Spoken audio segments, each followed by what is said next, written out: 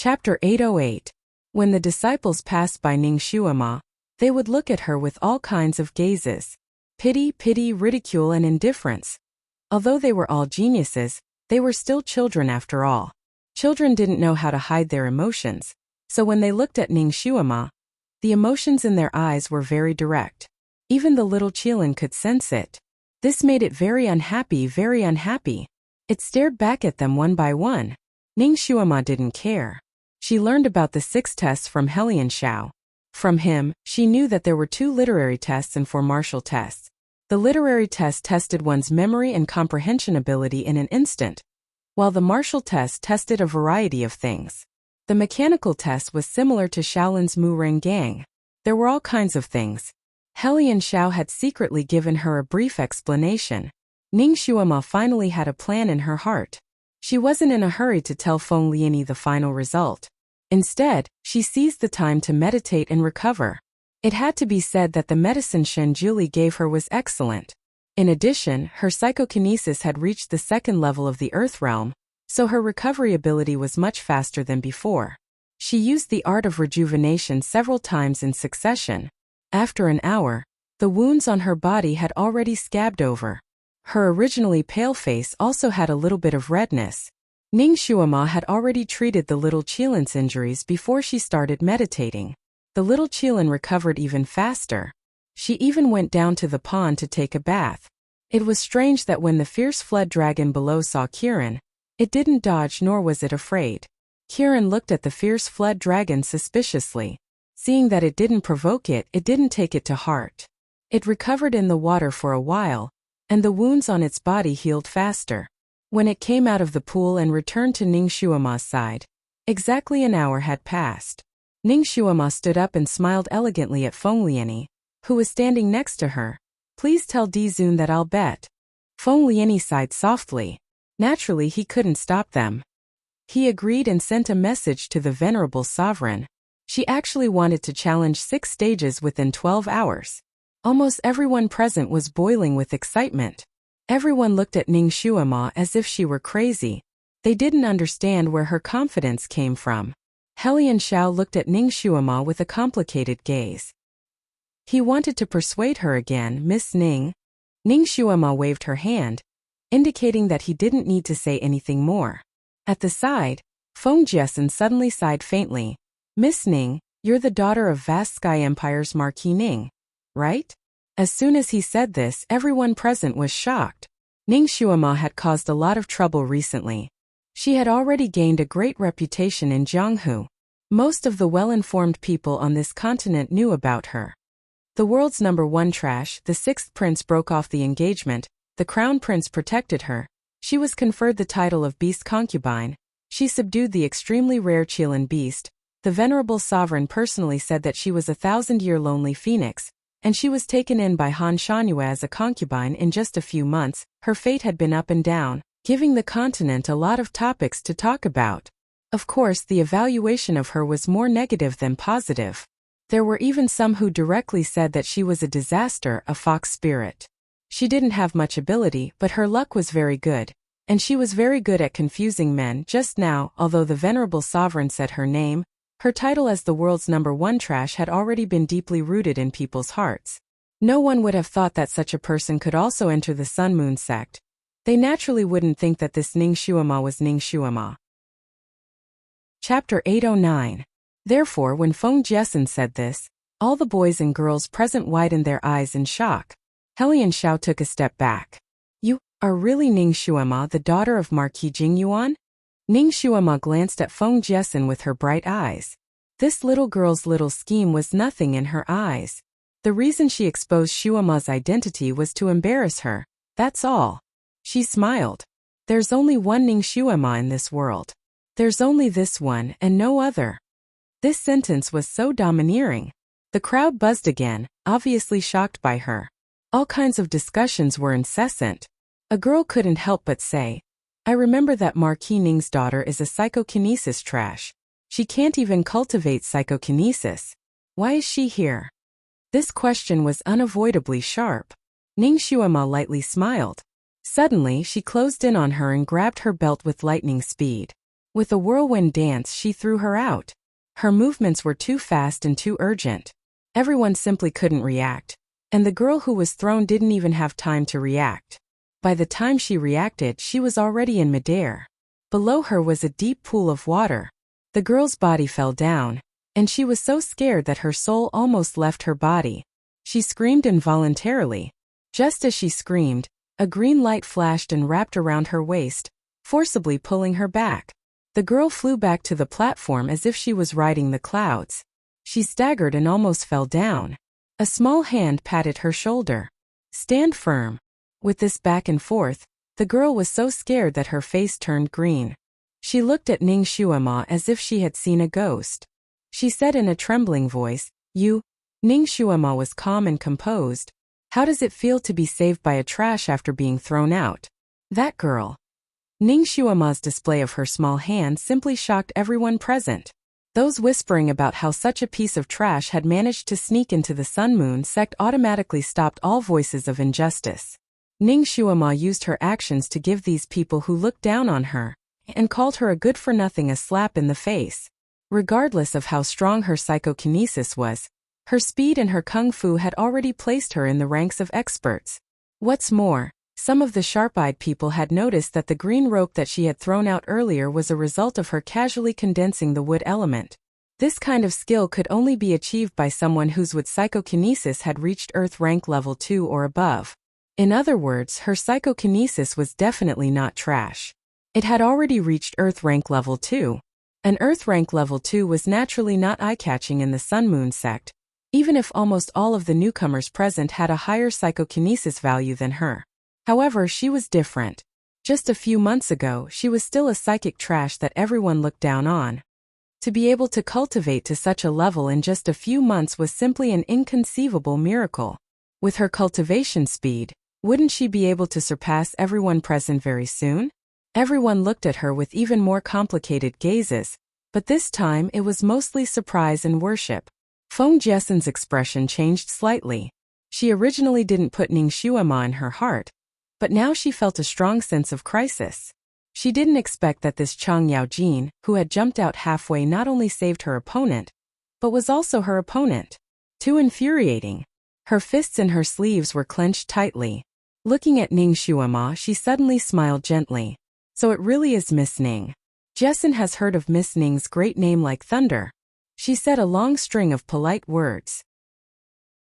Chapter 810. Feng Jessen changed the topic. "A few days ago, I heard that you married Master Han Shanyue as a concubine. It can be said that you have someone to rely on for your whole life. However, coming to the Sun Moon sect to learn from a master, you can only be a virgin. This is really a pity." Although she said it was a pity, she didn't mean it at all. She was obviously telling everyone that Ning Xuema was no longer a virgin. She didn't even have the qualifications to enter the Sun Moon sect, let alone become the disciple of the emperor.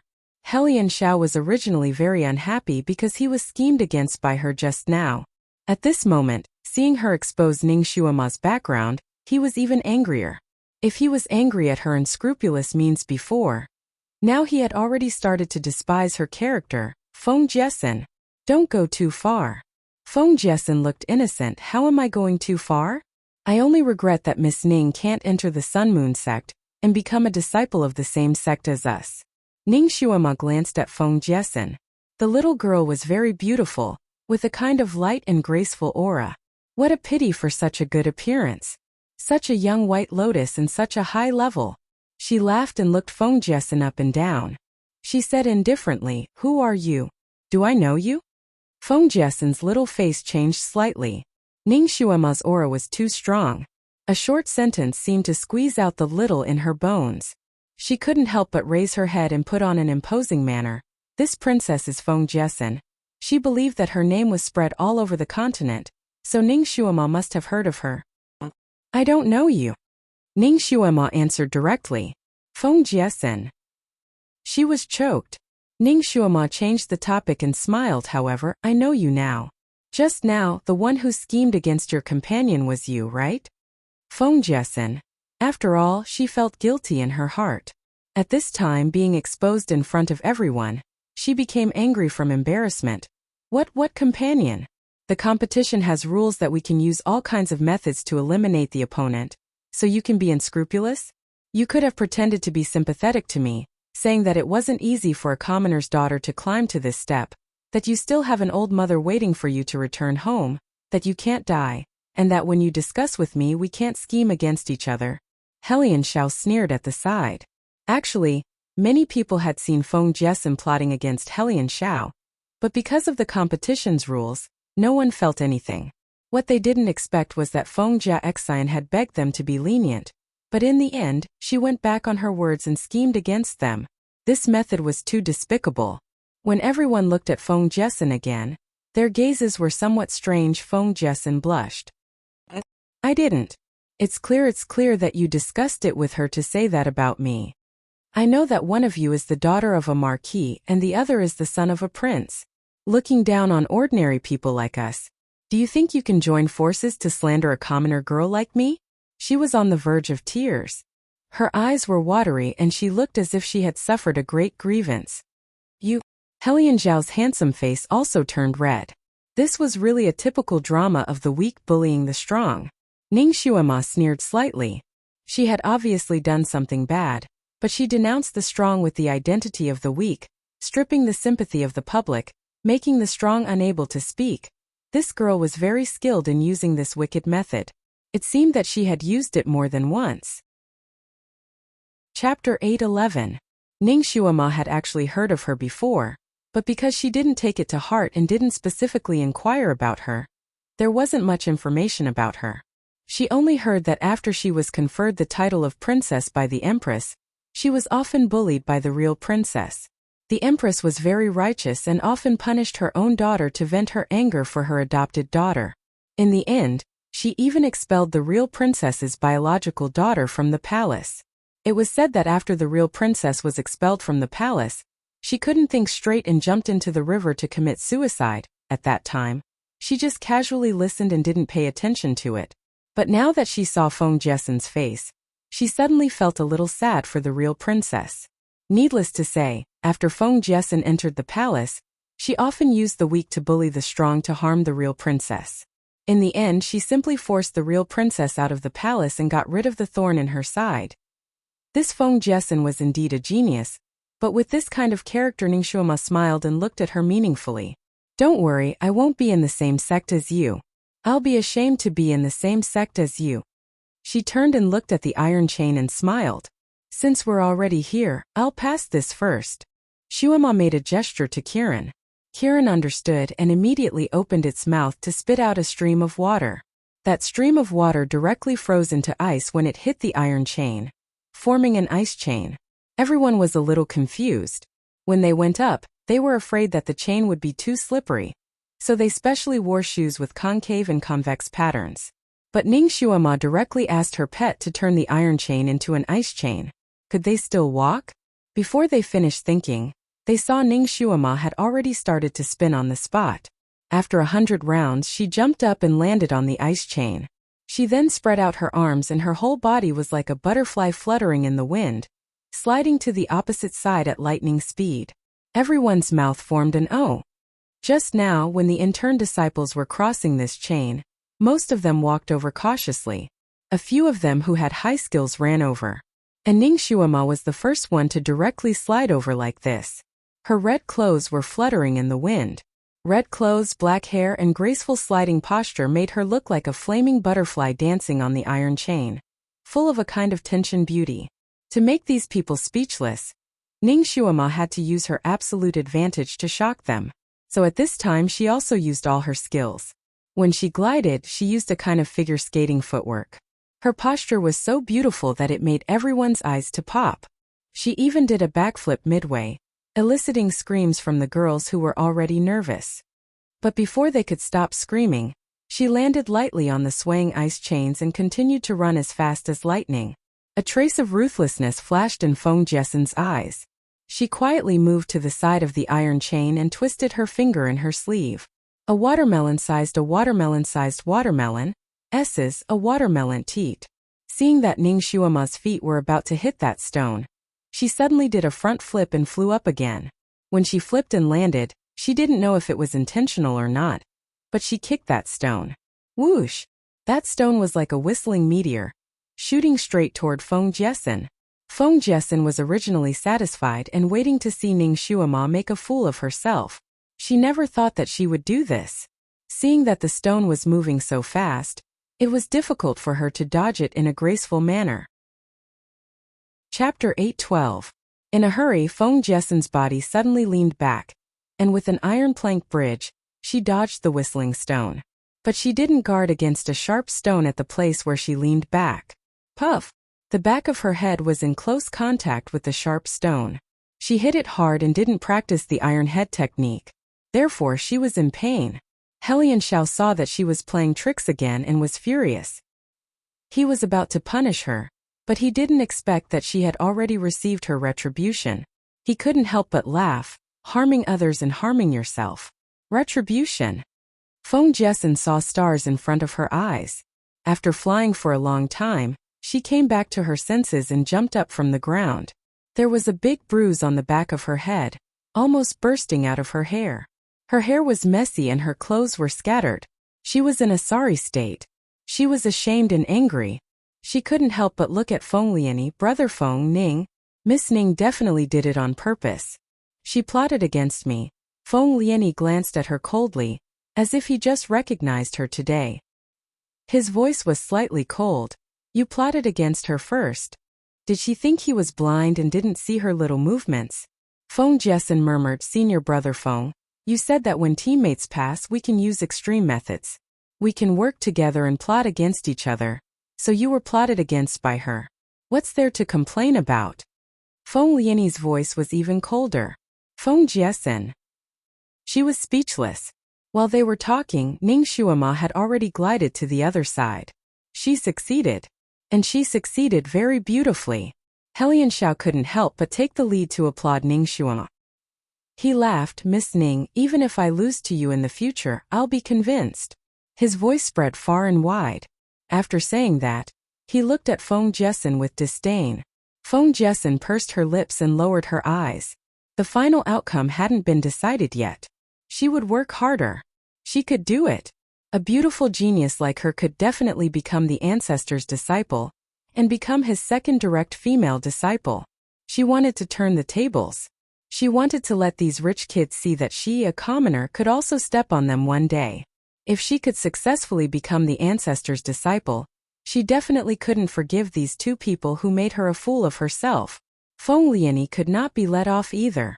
He actually wasn't biased towards a genius like her.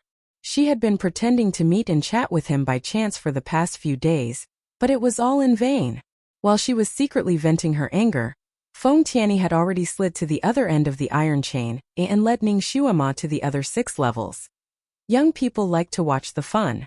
Naturally, they didn't want to miss such a big show like Ning Xuema breaking through the checkpoint alone, so they all followed her. After these disciples left, 2 disciples appeared at the edge of the pool. They pointed their fingers at the pool, and in the blink of an eye, the fierce flood dragon in the pool turned into a big bubble. Inside the bubble were the few intern disciples who had fallen down. When these intern disciples were released, they were still dizzy and disoriented. They didn't know if they were alive or dead. A disciple came forward and patted them on the shoulder, telling them that they had failed the selection and could leave the mountain immediately. After everyone left, a man in white appeared on the platform where Ning Xuema and the others had been standing. Elegant and elegant, he was the Sun Moon Sect's chief steward, Yelu Jing'an. He looked at the direction where Ning Xuema and the others had disappeared and concentrated for a moment. He took out a golden sound-transmitting talisman. Chapter 8:13. Yelu Jing'an wanted to pick it up but was hesitant. He paused for a moment and sighed. In the end, he didn't pick it up and put it back into his pocket. Although Miss Ning was injured now, her life wasn't in danger.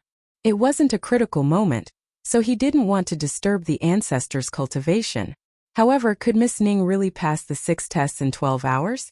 She had promised in front of everyone. If she couldn't pass, the ancestor wouldn't be able to accept her even if he wanted to go back on his words. That person was planning this, wasn't he? He didn't expect that person to go against the ancestor's orders and set such a big trap for Miss Ning. Perhaps he should start from the 6 tests and go easy on Ningshuama? As he was thinking of a countermeasure, the voice transmission talisman on his waist suddenly lit up. He frowned slightly. It was from that person. He picked it up and heard a cold voice. Come to the secret room to see me quickly. Otherwise, you will have to bear the consequences. Yelu Jing. In a clean room that looked like it was made of ice and snow, the ancestor sat on a cold couch and looked at Yelu Jing, and with sharp eyes. You want to help her? Yelu Jing took a deep breath and didn't hide it. Yes, the ancestor personally ordered me to take care of her. I was just following the ancestor's orders. The ancestor lowered his eyes slightly, so he didn't really believe me. Yelu Jing looked at him with cold eyes. In fact, you really can't be trusted. The ancestor asked you to bring her out of the mystifying illusionary realm safely, but you let her suffer such serious injuries. Since she wants to be the ancestor's disciple, she will have to go there alone sooner or later. I just brought it forward, said the ancestor. But she is only at the Earth tier level 2. The beast you released in the mystifying illusionary realm was the Yazi beast. This beast can only pass if it cultivated to the Earth tier level 5. Yelu Jing had secretly observed Ningshuama's injuries. It was the Yazi beast that injured her. Thinking of this, he still had lingering fears. If she was really torn apart by the Yazi beast, how are you going to explain it to the ancestor? I know what to do. The ancestor's voice was cold. Since the ancestor gave her special treatment, she should have special abilities. There was nothing wrong with what I did. I'm also testing her aptitude. Then what are the results of your investigation? Yelu Jing asked. Barely. The overlord answered with 4 words. Yelu Jing couldn't help but sneer. You let an Earth stage level 2 girl fight a level 5 beast, and you say she barely passed. This girl is obviously one of a kind. The venerable sovereign didn't say anything. Yelu Jing took a deep breath. Since you think she has passed, why did you give her such a difficult task, making her pass the 6 trials in 12 hours? You clearly know that this is as difficult as ascending to the heavens. You just don't want her to become the ancestor's disciple, right? Everything else was just an excuse. Why? Why are you doing this? If she doesn't pass the exam and takes someone else as her master, the ancestor will definitely settle accounts with you when he returns. The ancestor lowered his eyes slightly and said in a soft voice, I know, but I have to do this. Why? Because she is a heavenly calamity lone star. The ancestor took a light breath, and his voice was even colder. Since the ancestor became friends with her, there has been a lot of problems. Her fate as a heavenly calamity lone star cannot be changed easily. The ancestor has already been implicated by her. Chapter 8:14. If Ningshuama becomes the ancestor's disciple, who knows how much trouble she'll cause? I can't let her harm the entire Sun Moon sect. Yelu Jing I think the ancestor knows what he's doing. How can you meddle in his affairs? The ancestor's eyes were cold and sharp. She might be the ancestor's origin tribulation. Even if I have to die, I can't let anything happen to the ancestor. Yelu Jing She couldn't get through to him. Yelu Jing didn't want to be entangled with him anymore. So she turned and left. The ancestor's figure flashed, and he suddenly appeared in front of Yelu Jing He reached out and grabbed a golden sound-transmitting talisman from Yelu Jing An's body. Then he retreated like flowing water and sat down on the white jade praying mat. His movements were too slow to be described as lightning. In the blink of an eye, he had completed this series of actions and sat down as if he hadn't moved at all. Yelu Jing An's expression changed, and she abruptly turned back. Why did you steal my sound-transmitting talisman? Give it back. He had stolen the sound-transmitting talisman that Yelu Jing used to communicate with the ancestor. The ancestor raised his hand, and an ice wall appeared in front of him, blocking Yelu Jing An's movements. His voice was incomparably cold. I'll return it to you in 12 hours. He looked at Yelu Jing with cold eyes. Don't try to help her. I'm just letting her know the difficulty and retreat. I don't want to take her life. If you blindly help her, I don't know what I'll do to prevent future trouble. Yelu Jing stiffened. Are you threatening me? No, I'm just telling you. I mean what I say. If you don't want her to die, then don't do anything. Yelu Jing and was furious. The ancestor won't forgive you when he comes back. I've said it before. For the ancestor's safety, I've already risked my life. The ancestor's reply was indifferent. Yelu Jing and, what you're doing is unfair to that girl. She's qualified to have the ancestor as her master. My mission is to protect. I don't care about anything else. The ancestor closed his eyes. You can scram. If they really fought, Yelu Jing and wasn't a match for the ancestor, so he could only choose to leave. After pausing outside for a moment, he headed towards the place where Ning Xuema was challenging the trial. Even if he couldn't help her pass the trial, he could still protect her a little. No matter what, he would never allow Ning Xuema's life to be in danger. He knew that the first obstacle Ning Xuema had to pass was the Bronze Men Alley. There were all kinds of bronze men whose skills were around Earth rank level 1. These bronze men were more flexible than real people. When they attacked people, they would automatically arrange themselves into a formation. Normally, when passing through this array, they would form a group of 3.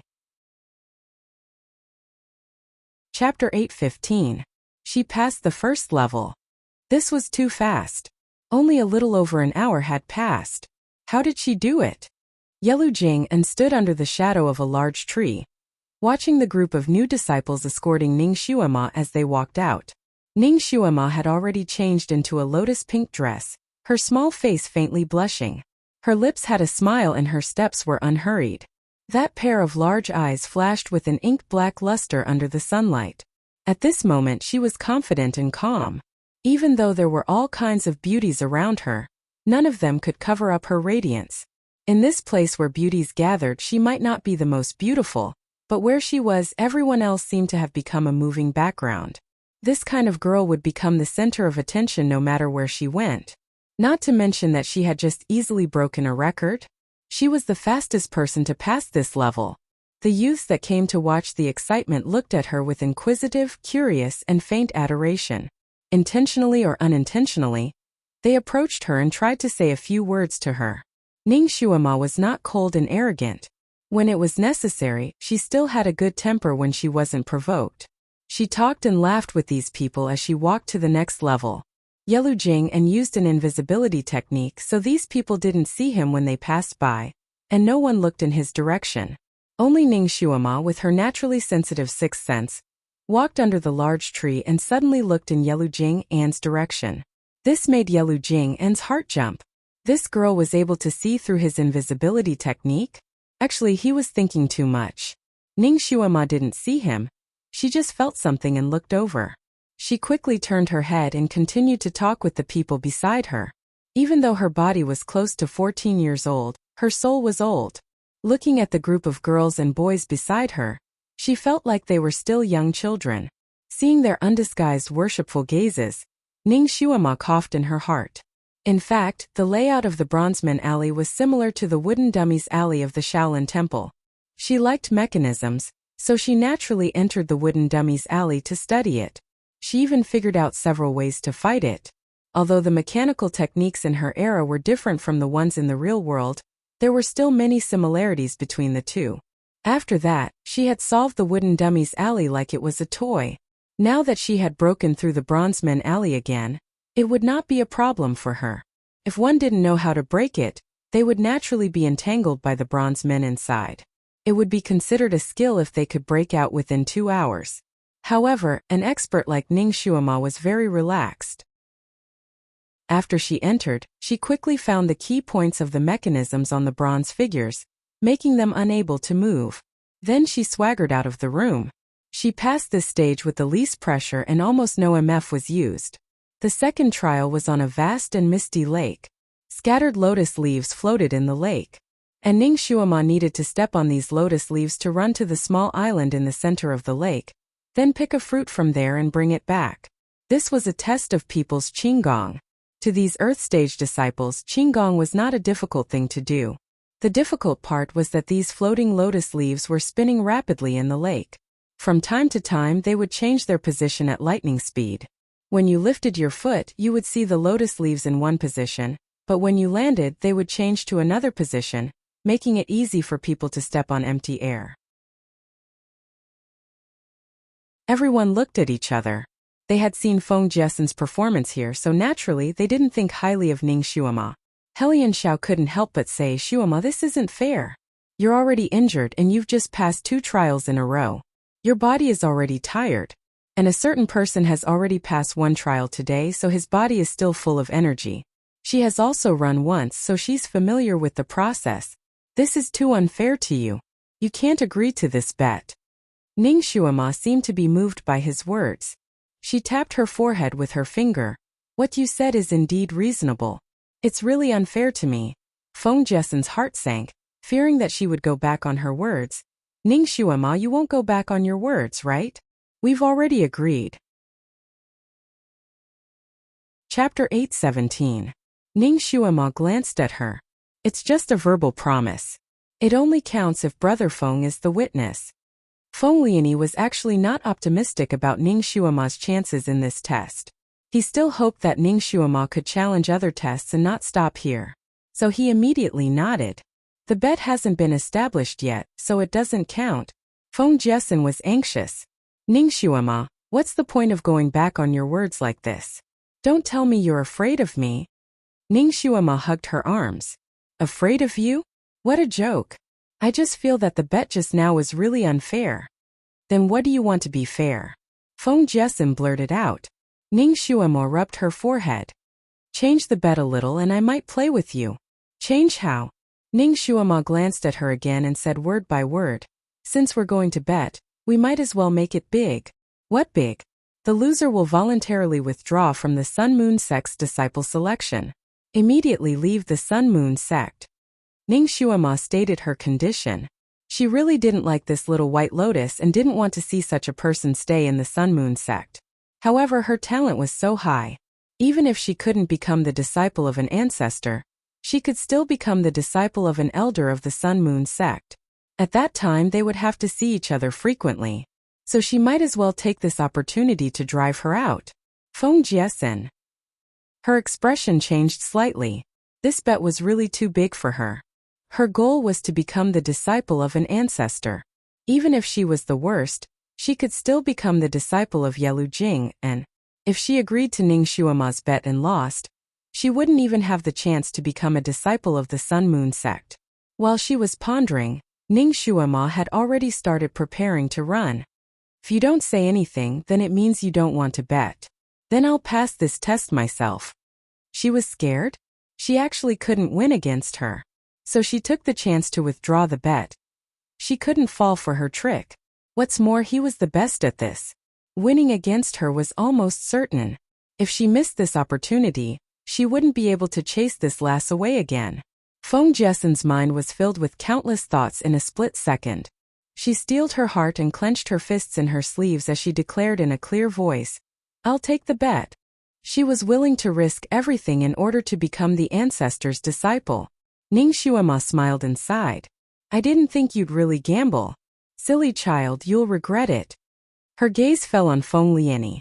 "Brother Feng, can you bear witness for us?" The stakes were unprecedentedly high, and Feng Lianyi couldn't make up his mind. Feng Jiasen was a top-notch talent. The protectors and elders of the Sun Moon sect had already taken notice of her. It was unknown how many people wanted to snatch her to join their own sect.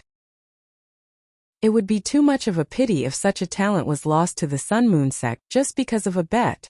As for Ning Xuema, although her psychokinesis was a little weak, her other abilities were all top-notch. She was also an extremely rare talent, and the Sun Moon sect didn't want to lose her. But with this bet, they would definitely lose one of them. He was only a guide disciple, so he couldn't make such a big decision.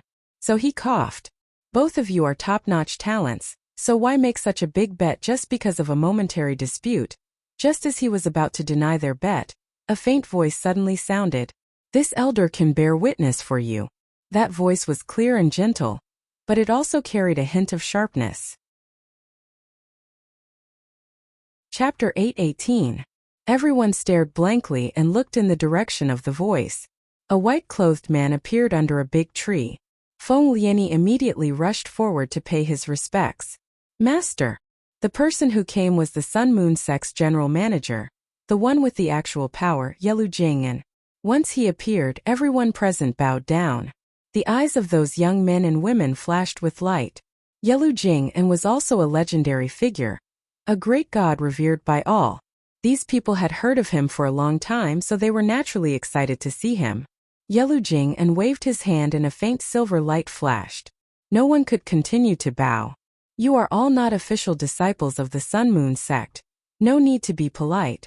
His gaze swept around again and the corner of his mouth hooked up. I say it's not good for you to be invisible, right? Come out.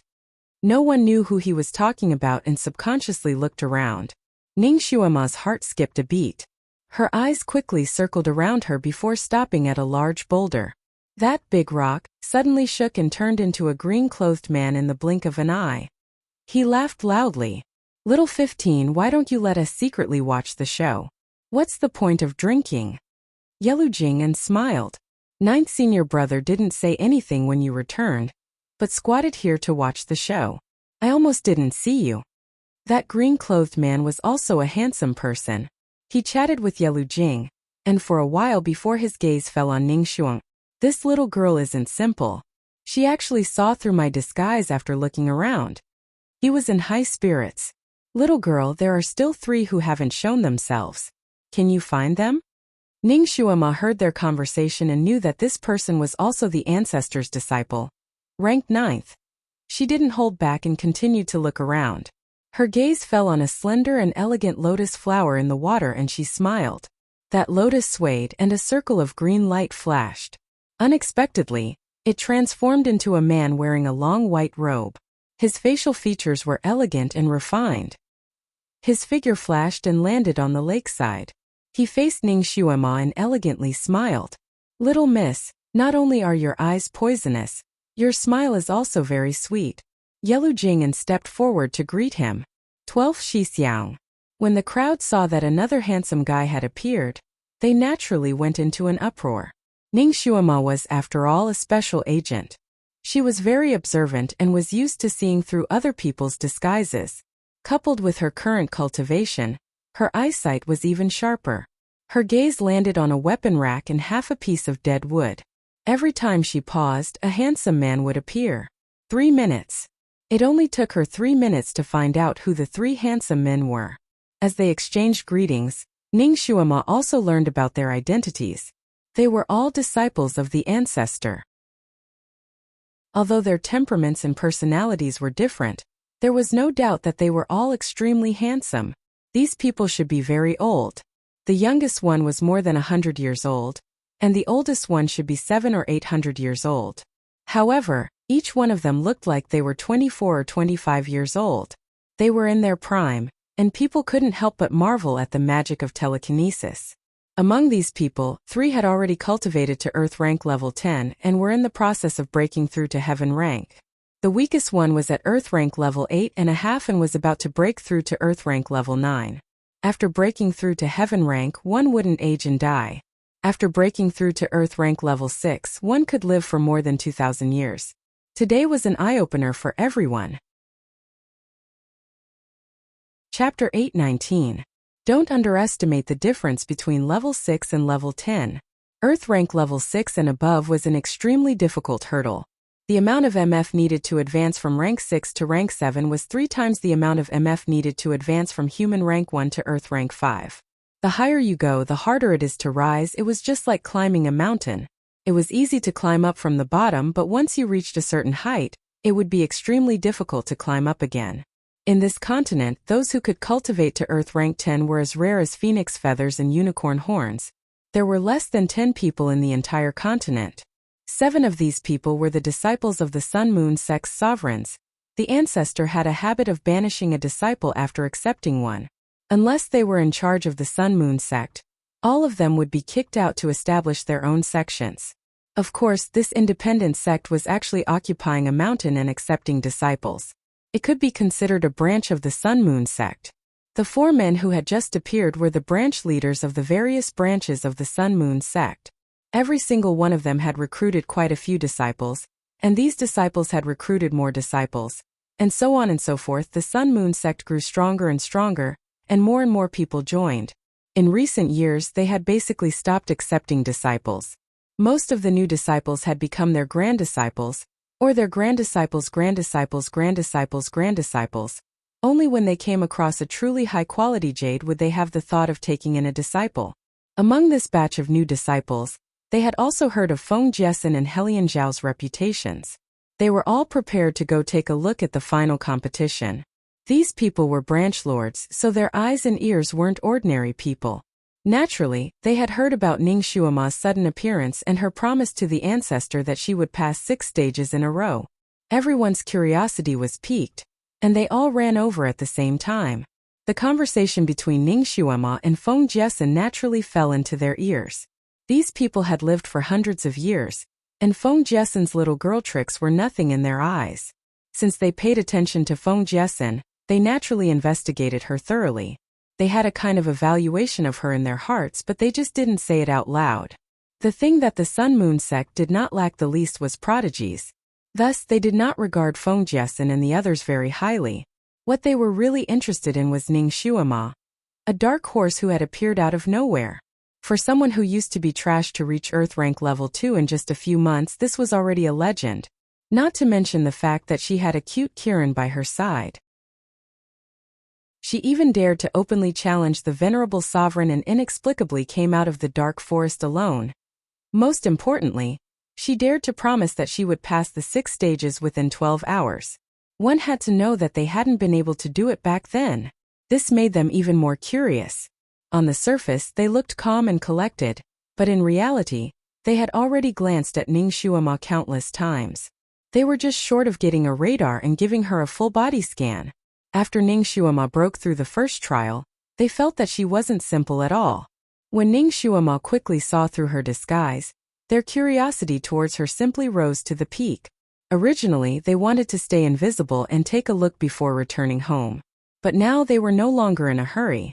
They wanted to follow them throughout the entire process. He wanted to witness it with his own eyes. With these god-level characters here, Feng Lianyi naturally didn't need to make the decision. Yelu Jing and looked at his senior brothers and discussed with them. These 2 young ladies have made a bet, and this little brother wants to be a witness. Senior brothers, do you want to be a witness as well? The 4 looked at Ning Xuema, then looked at Feng Jiesin. They actually agreed quite readily, okay? Chapter 820. With several masters as witnesses, Feng Jiesin didn't have the guts to back out even if she wanted to. She couldn't help but look at Ning Xuema. Ning Xuema smiled gently at her. Little girl, try your best. Feng Jiesin was stiff and refused to be outdone. You too. With 5 masters as witnesses and a bet that would decide a person's fate, everyone's blood began to boil. Everyone opened their eyes wide, waiting for the peak battle. Feng Lianyi said, start. 2 figures, one red and one white, fell into the lake at the same time. Everyone knew that since Ning Xuema dared to make this bet with Feng Jiesin, she must have some skills. But they didn't expect her skills to be a super thunderbolt. She could simply defeat all the monsters. Her figure was like lightning, passing by those floating lotus leaves in the lake. Her clothes fluttered in the wind, like a flaming flower shooting out. Although there was no mechanism under the floating lotus leaves in the lake, people would still stagger and stop if they didn't tap on it. Those who couldn't control their balance would directly fall into the water. Feng Jiesin, who had passed through it once, still paused from time to judge when she ran for the second time. Ning Xuema didn't judge at all. She didn't stop at all. All her movements were as smooth as floating clouds and flowing water. It didn't seem like she was leaping on the lotus leaves in the water. Instead, it seemed like she was running on an ordinary road. In just a few minutes, Feng Jiesin was left far behind. Feng Jiesin's face changed. She didn't expect Ning Xuema to be so abnormal. The changing position of these lotus leaves coincided with the 8 diagrams. Ning Xuema just stood by the lake for a little while and chatted with others. How could she know all the footholds? This was illogical. Illogical. The more anxious she was, the harder it was for her to calm down. At this time she couldn't calm down, so she couldn't make a correct judgment in the shortest time. She was so angry that she almost stepped on the wrong foot and fell into the water. When Feng Jiesin's body swayed, she suddenly felt that there was wind under her feet. Then she rushed forward like a whirlwind. His speed was twice as fast as before. Everyone on the shore was watching. Originally, their attention was focused on Ning Xuema's graceful and agile movements. When they noticed Feng Jiesin, she had almost caught up with Ning Xuema. Because the distance was too far, the crowd couldn't see her real footwork clearly. They could only see that her body seemed to be blown forward by the wind, and her feet almost didn't touch the ground. I didn't expect Feng Jiesin to have such superb martial arts. This scene was also beyond everyone's expectations. Everyone was both surprised and curious. Especially those who had seen her pass the test the first time. They were even more surprised. The first time she did it, there was a slight pause. What was going on this time? Did he perform better than usual? The lotus leaves in the lake changed according to the order of the 8 trigrams. Ning Xuema was very familiar with the 8 trigrams, so when she crossed this stage, she would not make a mistake even if she closed her eyes. Coupled with her expeditious steps, her speed was even faster. When she was running, she naturally felt Feng Jiesin's sudden increase in speed. She was a little surprised in her heart. Ning Xuema inwardly took a deep breath. She increased her pace once again. Just a moment ago she was still leisurely, but now she was going all out. Her speed suddenly doubled. On the surface of the water, only 2 figures could be seen running further and further away. In a moment there were only 2 small black dots left. Awesome! Awesome! Chapter 821. With their speed, it would only take them a quarter of an hour to finish the journey. It would be a new record. Both of them chased on the water surface, and Ning Xuema was always a few feet ahead of Feng Jiesin. The small island was soon in sight. Ning Xuema jumped up first and Feng Jiesin followed behind. She was a little surprised and felt that she had the help of a deity. Of course, she would never say it out loud. After a while, both of them found what they wanted to pick. Each of them carried a watermelon-sized fruit and ran back the way they came. This time, Ning Xuema was still in front and Feng Jiesin followed behind. Both of them went into the water almost at the same time.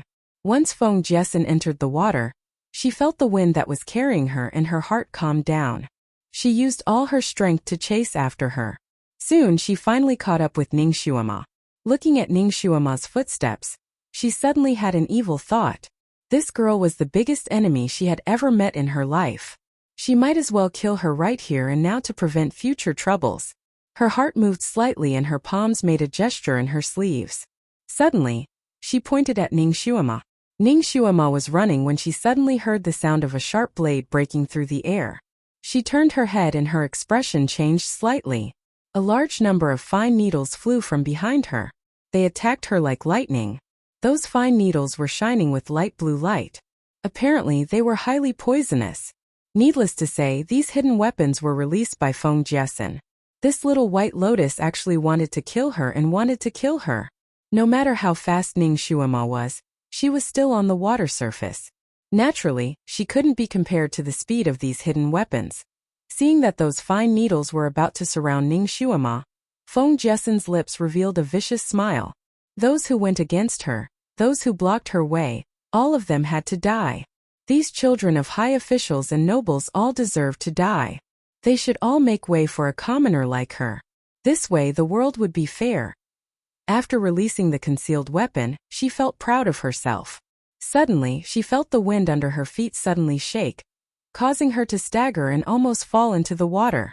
She hurriedly steadied herself on a lotus leaf and faintly felt that the wind that was helping her suddenly disappeared. Feng Jiesin's heart sank. Could it be that the heavens were not helping her? Shouldn't the heavens help a commoner like her?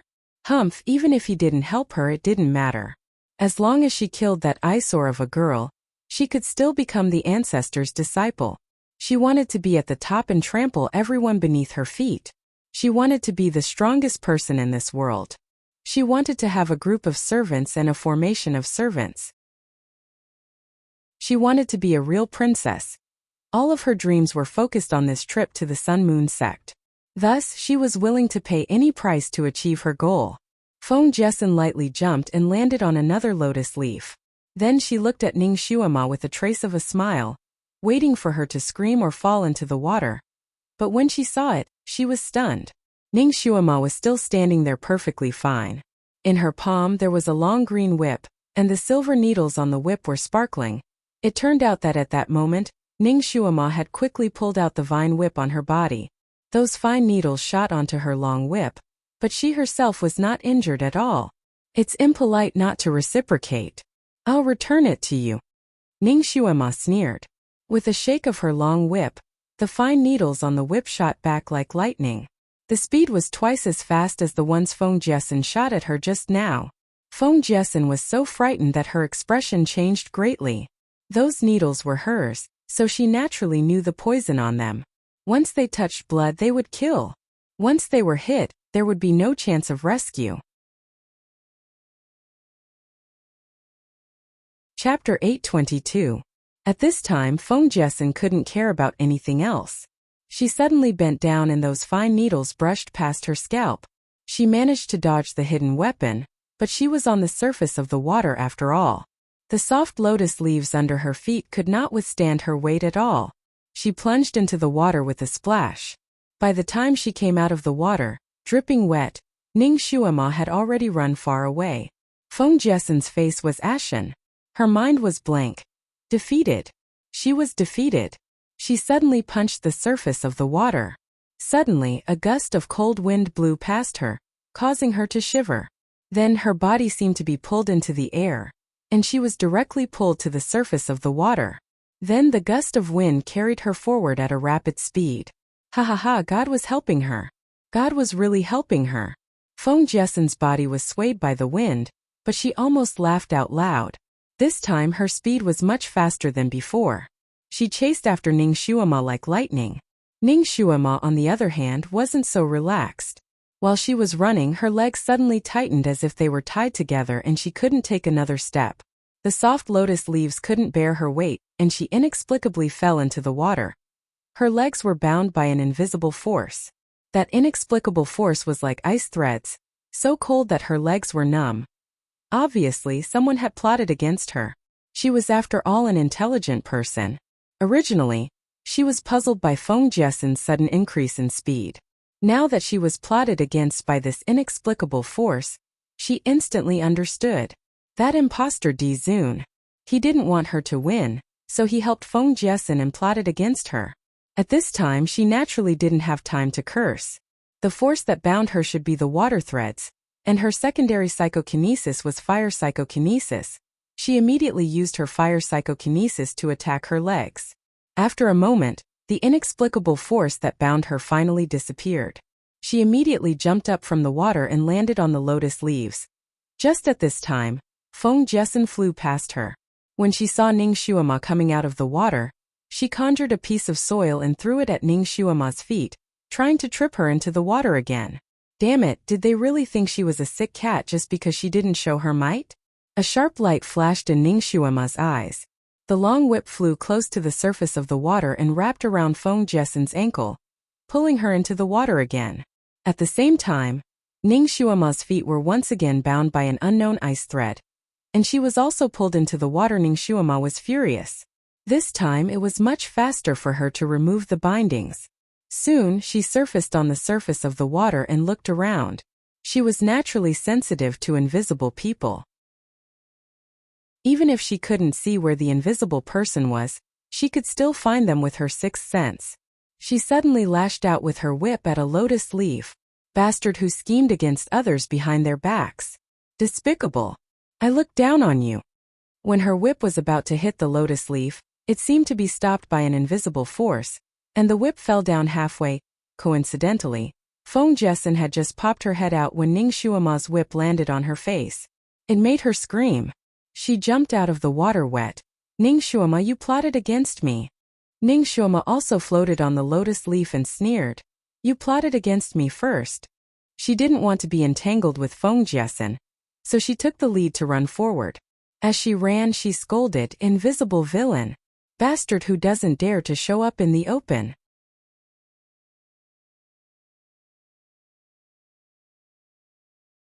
Others might not be able to see Feng Jiaxian's abnormality, but Yelu Jing and the others could. Yelu Jing was still okay. He knew half of the inside story. The other 4 people didn't know about this. They didn't expect that this person would secretly help Feng Jiesen to deal with Ning Shuama. They were puzzled for a moment. This person had always been loyal to the ancestor, and had never had any second thoughts. He would always complete the tasks assigned to him by the ancestor with flying colors. Most of the time, he was almost the ancestor's spokesperson.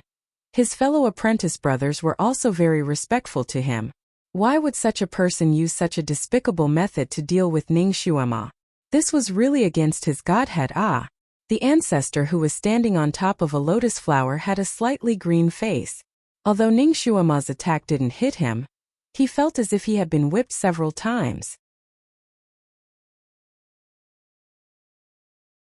Chapter 824. Ever since he was born, he had never been scolded like this. Yet he couldn't make a sound. Ancestor naturally didn't want to help Ning Xuema. He just wanted to use this matter to force her to leave. But he didn't expect that. Even after he personally made a move, he still couldn't win against that scoundrel girl. Instead, she found out and scolded him.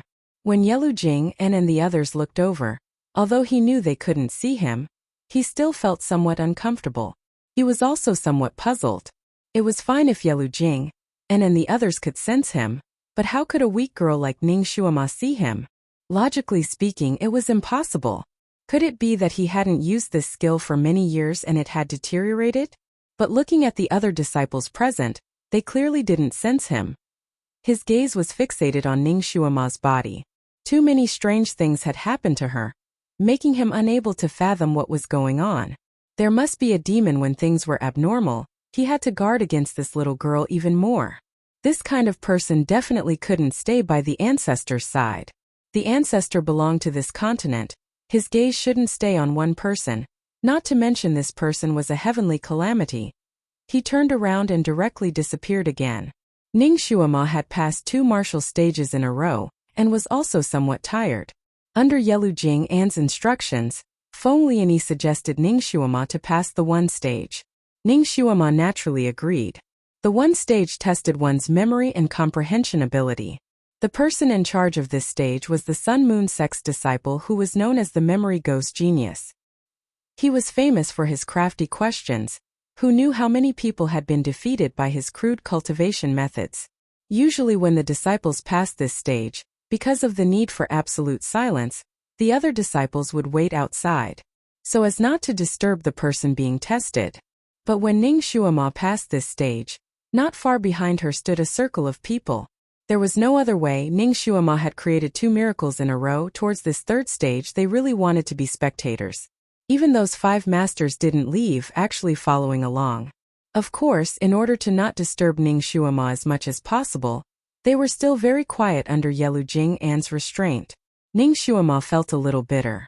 The layout of this place was not like an examination hall, but more like a court. She sat alone behind a small table. Opposite her was an old judge, and not far behind her was a group of listeners. Although everyone was quietly playing the role of handsome men and beautiful women, all eyes were on her. She was the focal point. Ning Xuema rested her chin on her hand and looked at the old man who set the questions. With a wave of his hand, a scroll slowly unfurled in the air.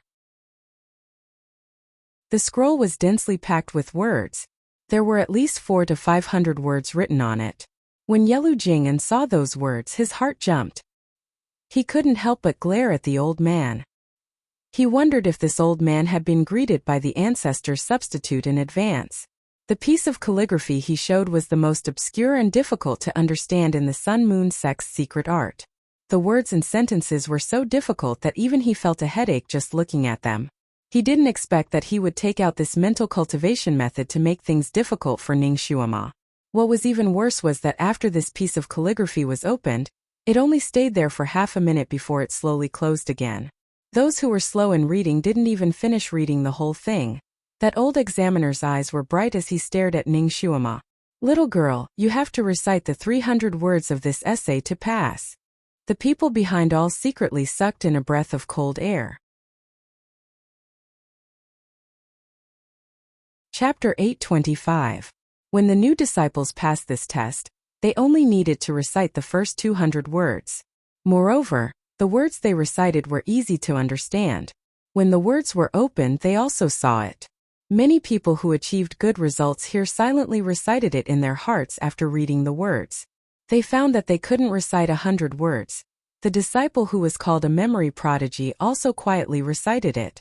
He found that he could remember close to 200 words, but couldn't remember anything after that. Now this old man wanted Ning Xuema to recite 300 words. He was clearly deliberately making things difficult for her. It seemed that this Miss Ning was going to fall here. Yelu Jing and stared at the old man and transmitted his voice. Someone told you to deliberately make things difficult for her? The old man lowered his eyes and pretended not to hear. Yelu Jing and understood. Only the few of them knew that the ancestor had a substitute. The others didn't know. If the substitute directly used the ancestor's name to instruct the old man would naturally obey unconditionally. This time it was going to be bad. Yelu Jing and couldn't help but look at Ning Xuema and stare blankly. Ning Xuema was actually taking a nap. According to the rules, this instant memory was limited to a quarter of an hour. If one couldn't recite it after a quarter of an hour, it would be considered a failure. Generally speaking, it was better to recite something immediately. The longer the time, the less one could remember and the harder it would be to recite it.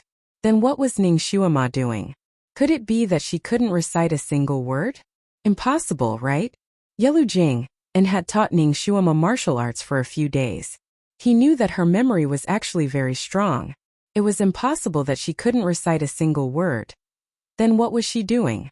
Not only was he puzzled, the old master was also puzzled. He opened his sleepy eyes and stared at Ning Xuema. You can't recite a single word? Ning Xuema yawned lazily. The time limit for this test is a quarter of an hour, right? That's right. If you can't recite it in a quarter of an hour, you'll be eliminated. It's not even a quarter of an hour yet. Why are you so anxious? Ning Xuema asked back. The old master was speechless. He was speechless. After a while, he snorted and said, after that moment, if you can't recite 300 words, you will be eliminated immediately. Ning Xuema blinked her eyes and said slowly, I heard that other people were able to recite the first 200 words when they passed this stage. Moreover, the words were very common. Is that right? The old master choked and couldn't help but raise his head to look at the new disciples behind him. He couldn't deny it. Ning Xuema's finger lightly tapped on the table. Then why did you create such a cryptic article and let me read it for less than a minute, and then make me recite the first 300 words? Are you deliberately making things difficult for me? The old master didn't expect her to ask this question in front of him. He was at a loss for words. Usually, when he took the entrance exam here, which one of the disciples wasn't respectful and reverent? They didn't dare to offend him in the slightest, and they didn't even dare to say a single word against him. Who would have thought that the little girl in front of him would be so blunt and embarrass him? This was the first time he had experienced such embarrassment, so he was a little angry. He sneered and said, I have the final say here. If you can recite it, then do it quickly. If you can't, then get out. TSK, you're angry out of embarrassment. Ning Xuema smiled. Suddenly, her face turned serious. Since you're an examiner, you should be impartial and upright. Treat all the candidates equally. You shouldn't be playing favoritism and deliberately making things difficult for a certain student.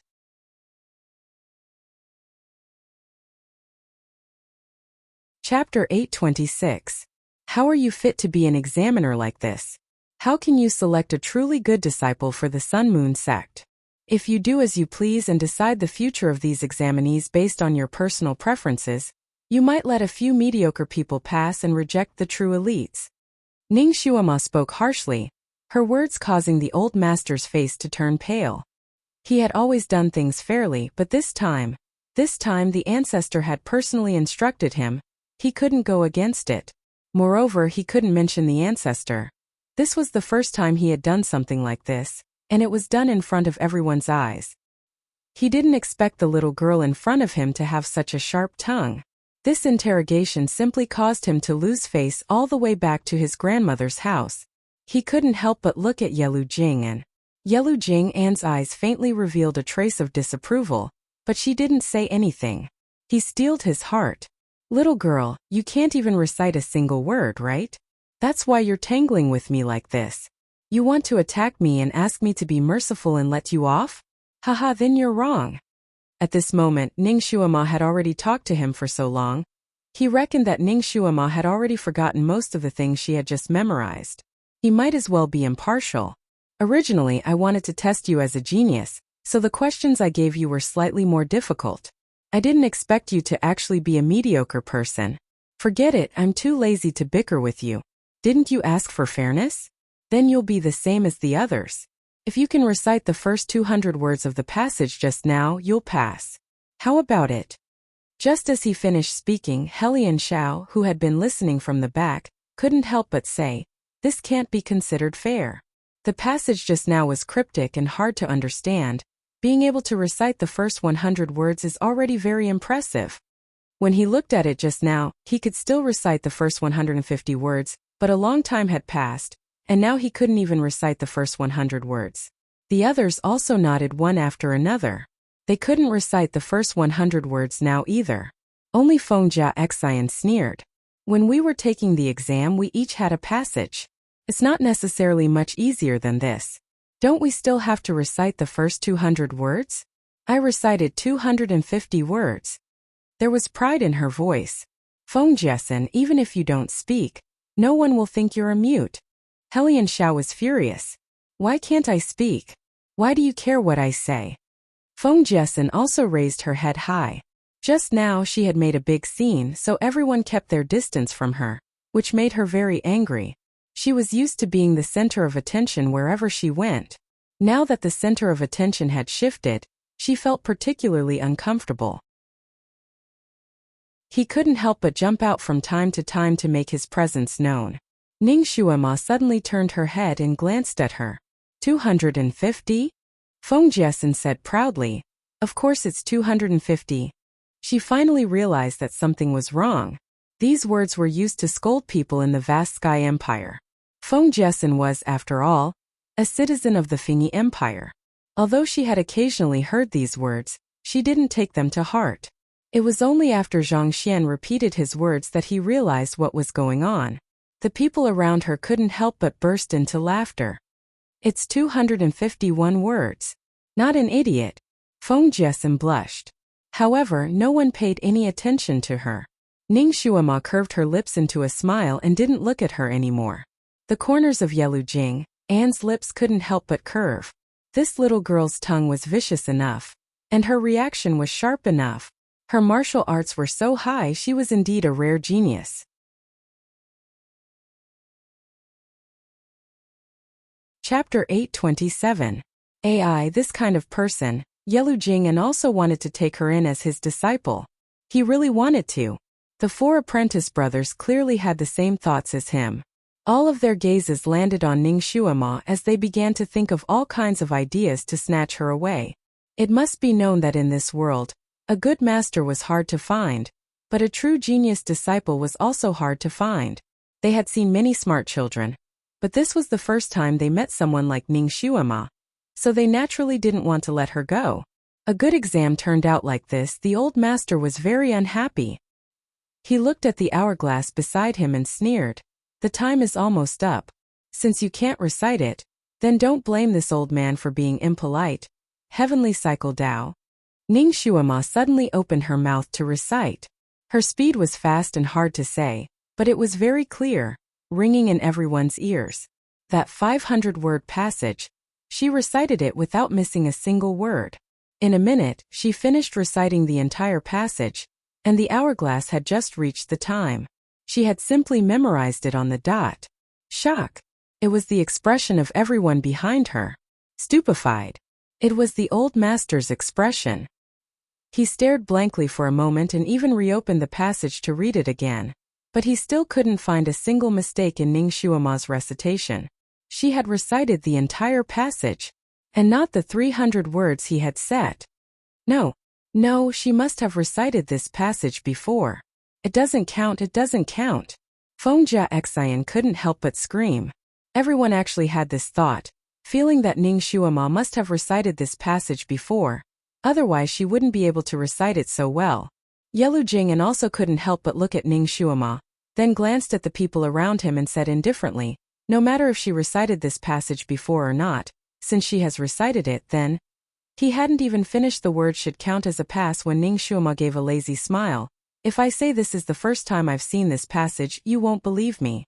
How about this, you can make a piece of text on the spot and then let me recite it. How about that? The old master was dumbfounded.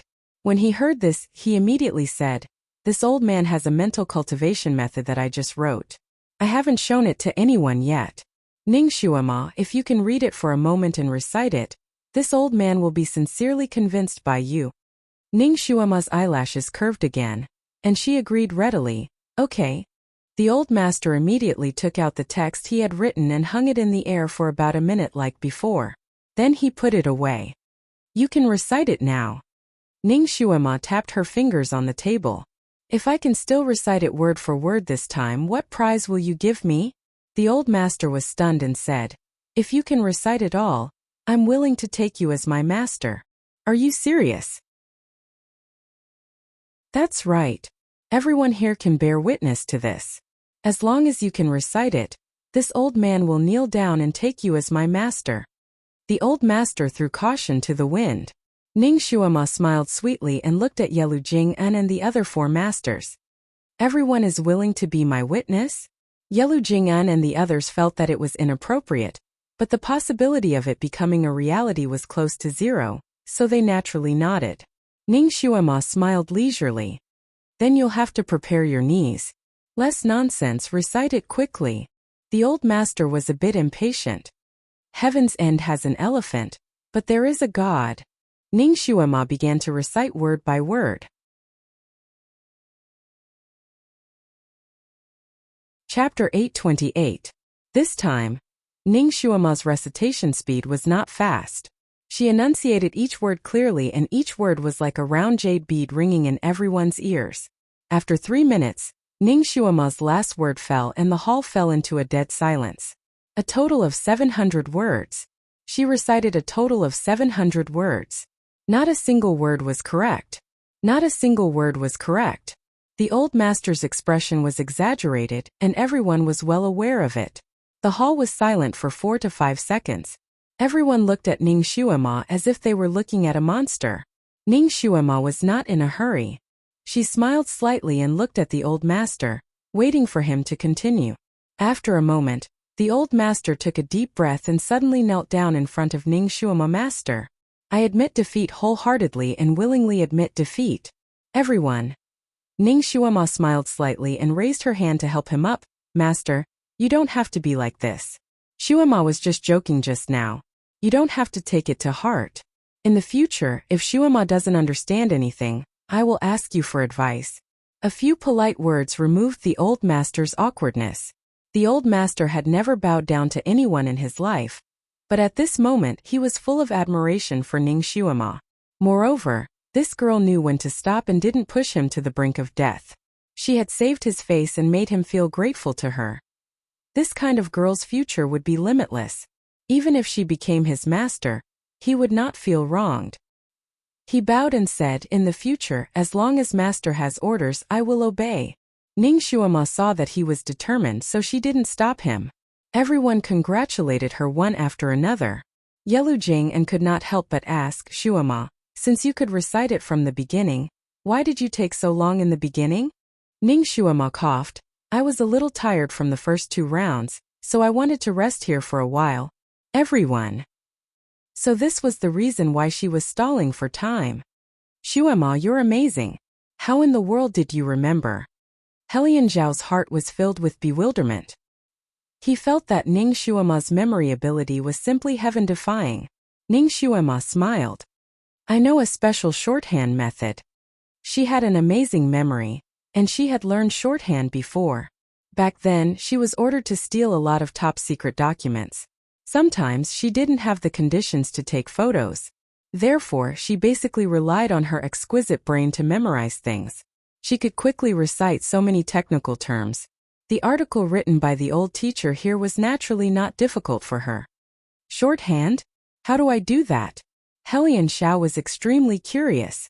The others naturally had a curious look on their faces as well. Even Yelu Jing'an looked at her, his eyes full of inquiry. Ning Xuema smiled. This is a little complicated. I'll teach you this method when I have time. Almost everyone cheered. One had to know that cultivating martial arts required rote memorization. If they could really learn a method to quickly memorize things, it was naturally something they wished for. These children were also at the time when their thirst for knowledge was the strongest. They crowded around Ning Xuema, chattering as they escorted her to the location of the fourth round.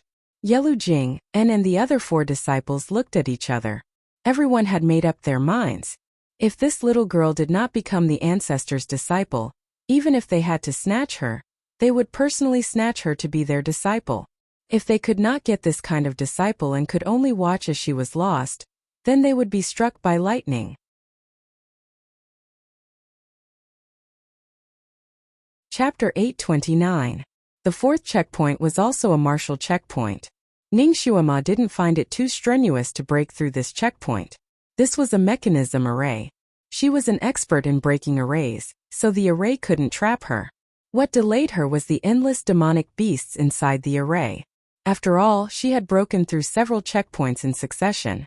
Her physical strength was greatly exhausted, and her body was injured. Therefore, it took her quite a bit of effort to break out of the array. Even so, her result was still impressive. She was faster than the record holder of this checkpoint, Helian Xiao, by a minute. When she came out of the array, she found that there were even more people waiting outside. Many people heard the news and came to watch the fun. Once she appeared, she was greeted with thunderous applause. The fifth checkpoint was a literary checkpoint. It tested a disciple's ability to comprehend the mantras.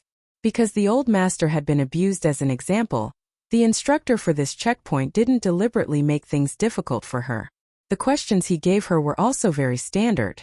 Ning Xuema's ability to comprehend words was naturally very strong. Otherwise, when she heard the ancestor recite the mantra, she wouldn't have been able to immediately apply it and put it into action. She answered the middle-aged master's questions fluently. Naturally, she won another round of applause and naturally obtained a very high score.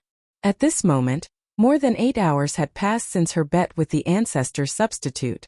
It was already time for dinner. Because she wanted to treat everyone equally and avoid being criticized by others, Ning Xuema ate with the new disciples. The ancestor's 5 direct disciples, who usually didn't show up, also entered the kitchen. This really made the odd job workers who were cooking for these disciples very excited. They also heard that Ning Xuema had broken through 5 checkpoints in succession. Naturally, they were also full of admiration. They especially added a few more pieces of nutritious spiritual meat to Ning Xuema's meal. Because time was tight, everyone didn't want to miss the fun, so they ate very quickly. Its master was so popular, so Kiran was naturally very proud. It also ate a lot. Ning Xuema didn't care much about the 6th checkpoint. Helian Xiao said that the 6th checkpoint wasn't difficult. As long as one's mind was firm, they could basically pass it. The number of people eliminated in this round was the least. It took him less than 2 hours to pass this stage. When Ning Xuema arrived at the entrance of the 6th checkpoint, she was still 3 hours away from the stipulated 12 hours. It couldn't be helped. She passed the first few stages too quickly. Unless she deliberately wanted to rest, she didn't waste a single second. The last disciple who passed the 6th level didn't take more than 3 hours, so Ning Xuema was very confident in passing this level. Of course, the others were also very confident that she would pass this stage. Yelu Jing, and had even prepared a celebratory banquet for her. The entrance to the 6th level was a cave. Everyone brought Ning Xuema to the entrance of the cave and stopped. She was still the only one who could pass this level. Even Kiran was not allowed to enter. Together with the others, it watched as Ning Xuema walked into the cave, then lay down under a big tree to take a nap. Its injuries hadn't healed yet, so it took this opportunity to recuperate. Others might not be able to tell, but it was telepathic with Ning Xuema after all.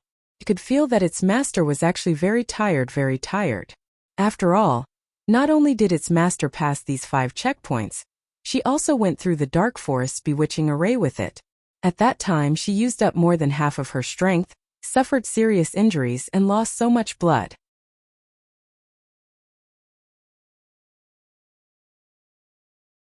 Chapter 830. Although Ning Shuama's injury had been treated with the elixir, the blood she had lost could not be replenished in a short time. Kieran clearly remembered that when it and its master were rushing out of the dark forest, she had cheered it up, "Little apple, we have to sleep after we get out. In order to have a good night's sleep, let's go." She and Kieran did not expect that they would encounter such a situation after they came out. She was forced to take on the challenge of passing 6 levels in a row. Until now, she had not even had a good rest. Its master seemed to be indifferent to everything, but in fact she was very strong. No matter how tired she was, she could act as if nothing had happened. 15 minutes passed, 30 minutes passed, and then an hour passed, but there was still no movement inside. Time went by minute, and finally 2 hours passed. There was still no movement in the cave. The dark hole seemed to have swallowed all the people, including their bones. There were many people waiting outside the cave, and almost everyone was looking at each other. According to the girl's ability, she should be able to get out easily. She should not waste so much time. Could she have an accident in the cave? Kieran could not wait any longer. Because Ning Shuama had previously instructed him not to use telepathy to disturb her when she was breaking through the trials, so as to avoid distracting her, he obediently waited outside and didn't dare to use telepathy to ask her. It was getting closer and closer to the end time, but Ning Shuama still did not want to come out. Kieran finally tried to contact her with telepathy, "Master." There was no response. Kieran was a little panicked. It tried to sense Ning Shuama's condition, could sense her state of mind. Strangely, her state of mind seemed to be a little strange. She seemed to be sad and sad. Kieran tried to call her again and again, but there was no response. Kieran was dumbfounded. What was going on? It was sure that its master was not in danger, but why was she not responding? Why did she not come out? It looked at the hourglass next to it. There was still 15 minutes to the end of the time. If its master did not come out, it was afraid that all its efforts would be in vain. At this time it was already the second night watch. The people waiting outside began to whisper to each other and discuss. Some were worried, some were surprised, and of course there were also those who were here to watch the show. He wished that Ning Shuama would never come out again. For example, Feng Jiesin, because her companions, who had originally surrounded her, had completely neglected her in the past few hours. At this moment, Feng Jiesin felt that it was very much to her liking. She couldn't help but chuckle. "It seems that girl is just sissy. It was just a coincidence that I passed those stages."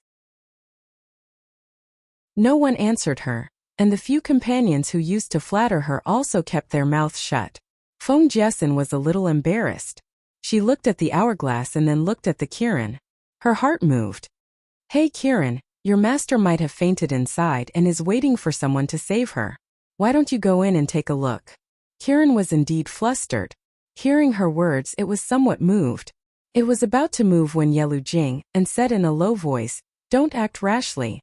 She must be the one to pass this trial. Once you go in, even if you don't help her, it means that she has lost." Kieran was shocked. Of course it understood what it meant to lose.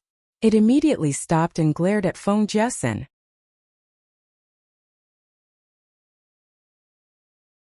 Chapter 831. Feng Jiesin still wanted to instigate, but Yelu Jing and coldly glanced at her. This glance made Feng Jiesin's heart turn cold, and she didn't dare to cause trouble again. Kieran didn't dare to go in, and could only secretly use telepathy to call out to its master. Master, quickly come out. You can't lose, you have to take the Overlord as your master. You can't let Feng Jiesin, this kind of villain, see you as a joke. Don't you still want to find Yi Qingwan for revenge? If you can't take her as your master, you can't become the strongest. Kieran repeatedly said in its heart. Looking at the time passing by in the hourglass, it almost wanted to cry. When Ning Shuama was young, she was extremely afraid of the dark. No matter where she went, she liked to have lights on. Only when she stayed in a brightly lit place could she truly calm down. When she was young, even when she was sleeping, there was also a small light in the room. Later, when she participated in the special agent training, she went through a period of tough training and gradually overcame this bad habit of hers. However, it was only on the surface. At most, she could peacefully stay in the dark. Deep down, she still hated the dark. Usually, she also tried her best not to go to dark places. Only she knew about this bad habit of hers. Even her close friends, even her life and death comrades didn't realize it. And the last test was actually darkness. Complete darkness. The moment she entered the cave, she was plunged into complete darkness. Ning Xuema tried her best to widen her eyes, but she couldn't see anything clearly. She put her hand close to her eyelids, but still couldn't see anything. This place was like a black hole in the universe, swallowing all light and sound. Yes, not only was this place dark, there was also no sound. It was terrifyingly quiet. She couldn't even hear the sound of her own breathing. She secretly cursed Helian Shao in her heart. That rotten brat even told her that the cave of the sixth test was just a little dark. How was this just a little dark? It was simply the ultimate darkness. Such a dark and quiet place made one's heart flustered for no reason. Ning Xuema groped her way forward. Helian Shao said that once you entered the cave, you just had to keep walking forward and ignore everything else that appeared. Right now she hadn't seen anything else, but this extreme darkness made her heart beat like thunder. The surroundings were too quiet. In order to break the silence, Ning Xuema deliberately gasped for breath. Then she was surprised to find that she couldn't hear her own breathing. She tried to speak again, but she couldn't hear anything. Could this cave be a black hole that could devour all light and sound? It was too strange. Who would have thought that the Sun Moon sect would actually have such a thing that defied science? Ning Xuema's mentality was still relatively good. She suppressed the disgust and fear in her heart, stretched out her hands and strode forward. She wanted to go out. Once she got out, she would succeed. She couldn't sense time in the cave, so she used her own breathing to judge the time that had passed. After walking for about a quarter of an hour, she suddenly heard a strange breathing sound. That sound was a little hurried, a little like the breathing of a baby who had a cold. This sudden breathing sound made Ning Xuema's heart skip a beat. She held her breath. This should also be a test, right? Helian Shao had said that one could hear all kinds of strange noises in the middle section of this place. As long as one maintained their original intentions and didn't get disturbed, it would be fine. The baby's breathing became louder and louder. She could even hear the baby's weak cries as if they were right next to her ears.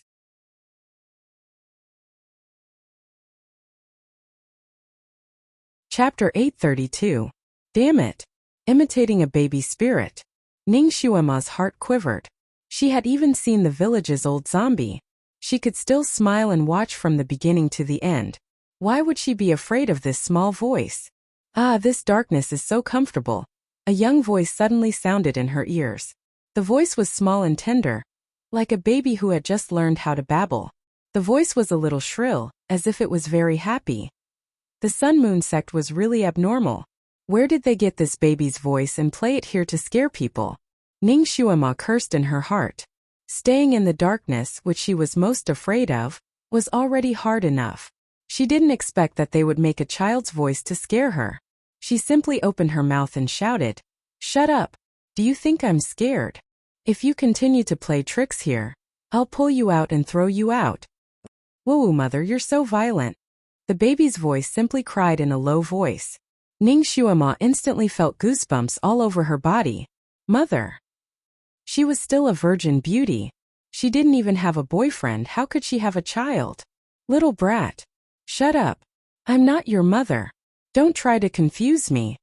Ning Xuema said sternly. Hee Momo, I'm in your stomach and will be born in the future. Of course you're my mother, Scram. I'm not the Virgin Mary. How can a virgin get pregnant? Ning Xuema snorted. She felt a little strange. If the baby's voice was recorded in advance, how could it speak so smoothly? She was afraid that she would be bewitched by the voice, so she simply sealed her acupoints and shut off her hearing. This way, the world would be peaceful, and she wouldn't have to listen to the strange baby's voice anymore. Hee, silly child. Do you think you can't hear me by shutting off your hearing? The baby's voice laughed. How could she still hear it? This voice was transmitted from the depths of her soul. Ning Xuema's body suddenly stiffened. Her dantian suddenly heated up, and she said sternly, "Who are you? Where are you? Come out." After she shouted, no one answered. The baby's voice also disappeared. Motherfucker trying to mystify things. Ning Xuema cursed in her heart. She opened up her hearing and strode forward. Although she couldn't see, her sixth sense was still very sharp. If there were obstacles in front of her, she would be able to sense them in time and avoid them. Along the way, all kinds of monsters appeared in the cave from time to time. These monsters had strange shapes and sizes, and all of them were filled with murderous intent as they pounced on her. Ning Xuema chanted the incantation in her heart. She could tell that these monsters were all illusory and not real. Her judgment was absolutely correct. When those monsters really pounced on her, they disappeared into thin air. She heaved a sigh of relief. According to Helian Zhao's explanation, this cave was a revolving cave.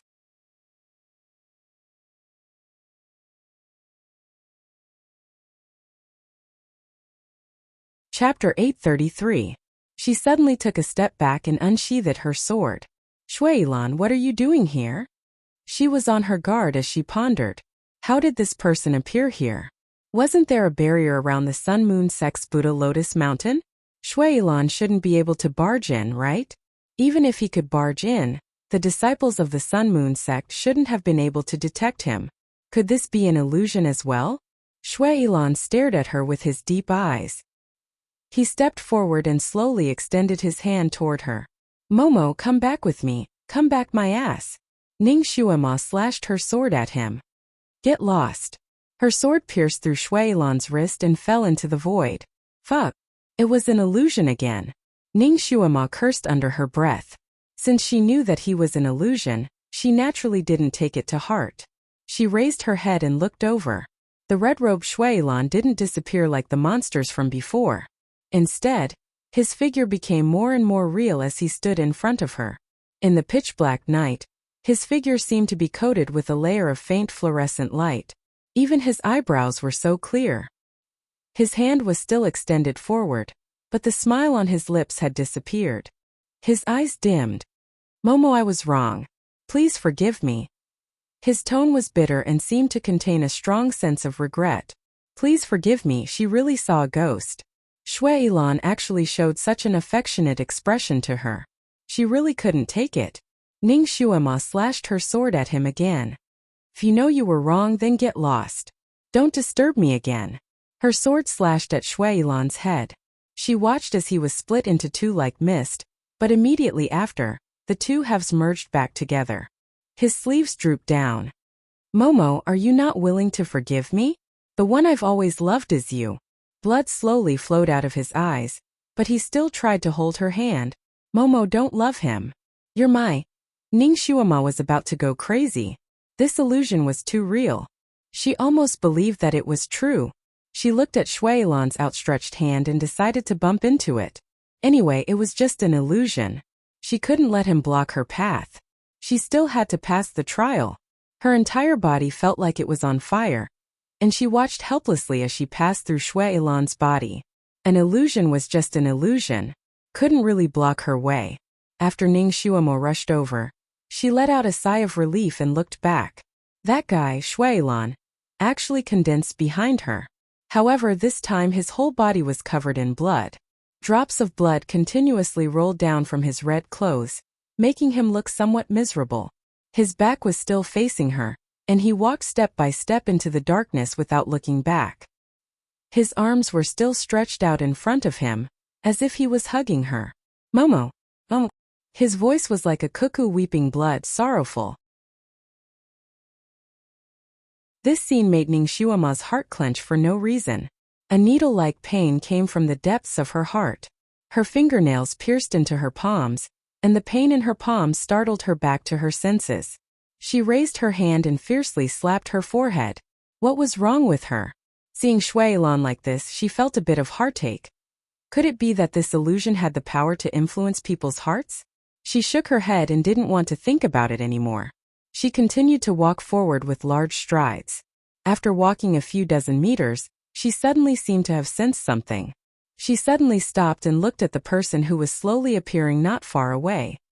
His clothes were as white as snow, and his cold jade mask was suffused with an icy luster. His tall and straight figure was strangely familiar. Her heart trembled as if she was drowning. She blurted out, "Great God!"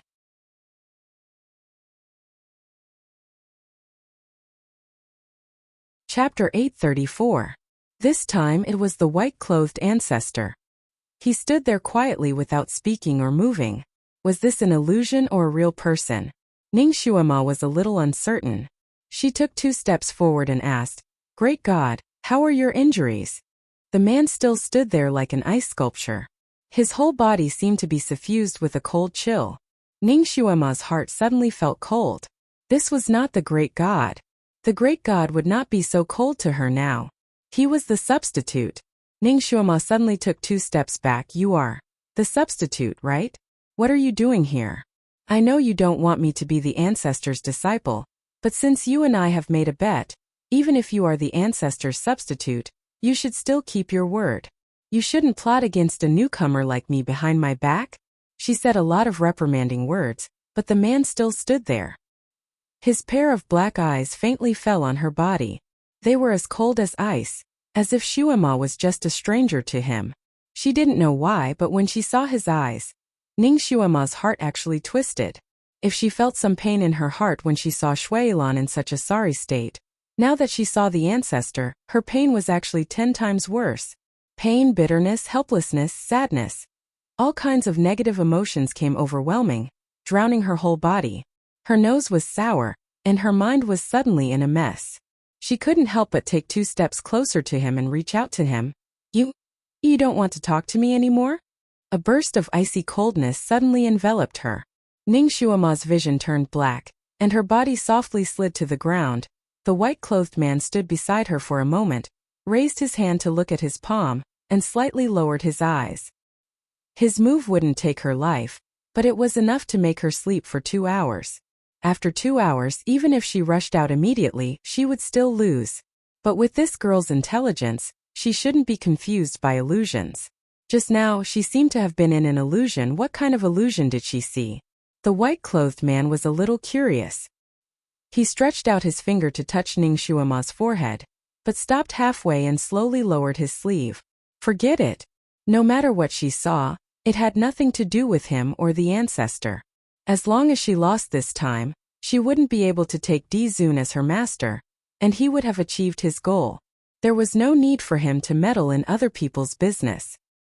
He glanced at Ning Shuima, who was lying on the ground. In a flash he disappeared. Ning Shuima was left lying motionless on the cold ground. Ning Shuima suddenly found herself on a battlefield. There were a few tens of thousands of people fighting on the battlefield. Flesh and blood splattered everywhere, smoke surged, and the flashes of various magic treasures frequently sliced apart human bodies and reaped lives. For some reason, she recognized that the people dressed in black were from the devil race, and the people fighting against them should be from the immortal cultivation sect. The sounds of killing, the sounds of weapons clashing, and screams filled everyone's ears. The scene of corpses strewn all over the place made people want to vomit. Then, Ning Shuima saw that at the rear of the devil sect, there was a black palanquin surrounded by the devil race. In the palanquin, there was a red-clothed man with picturesque features. On his lap was a zither, and beside him sat a red-clothed girl with black hair covering her forehead. Ning Shuima's heart couldn't help but move.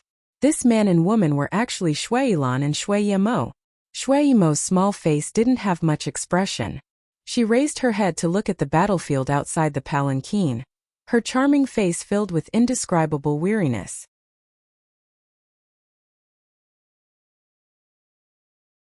Chapter 835. She also had a zither on her lap. It was the Black Wave zither. Shuilan was also looking outside, his eyes brimming with interest. A moment later he tilted his head and chuckled at Shuiyimo.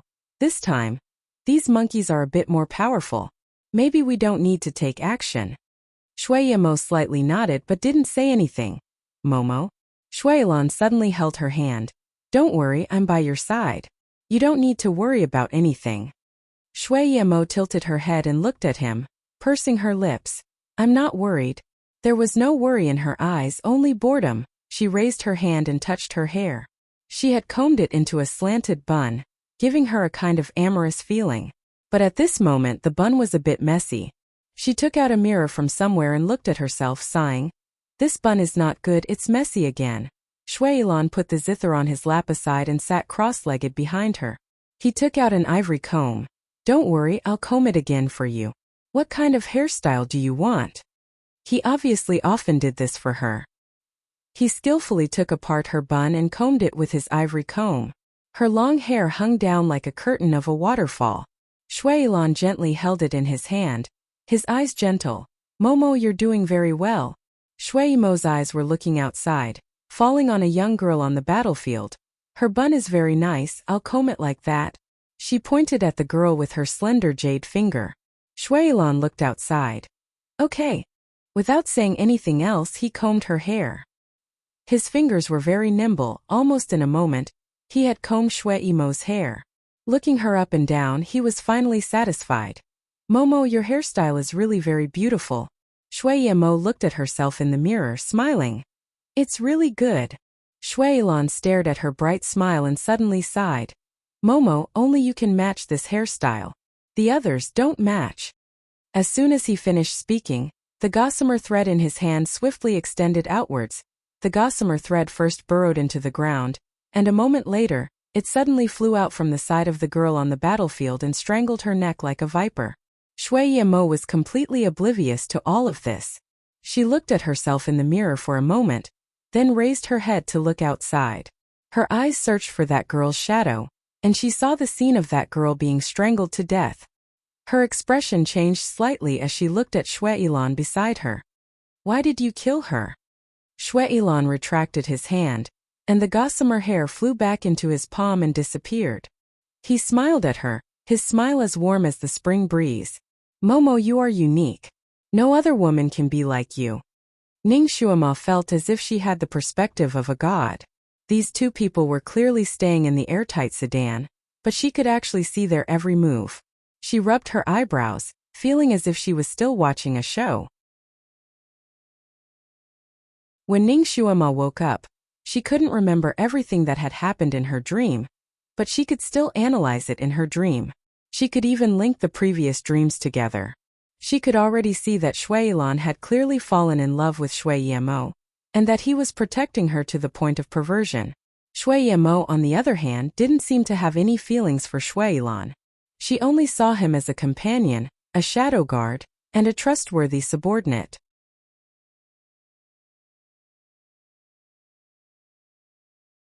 Chapter 836. She didn't seem to approve of Shui Yilan casually killing that little girl, but she didn't say anything. That little girl was originally an enemy, so killing her was a matter of course. Shui Yimo seemed a little sleepy, so she simply laid down on Shui Yilan's body, nestling on his shoulder. Lan Shan, I'm a little tired, so I'll rest first. Call me when you need me. Shui Yilan carefully sat up, making it easier for her to lean on. Okay, don't worry, I'll take care of everything. Shui Yimo's small face revealed a shallow smile. She slightly closed her eyes and murmured, the best thing I've done in my life was to pick you up that year. Shui Yilan stretched out his arm and carefully pulled her closer to his body. He raised his hand and stroked her smooth hair. Momo, the luckiest thing in my life was to meet you, and to be able to accompany you like this. Shui Yimo fell asleep very quickly, and soon her breathing became even. Shui Yilan stared at her sleeping face for a moment, then gently smiled and whispered, Momo, I'll definitely take you as my wife. Shui Yimo didn't sleep very well.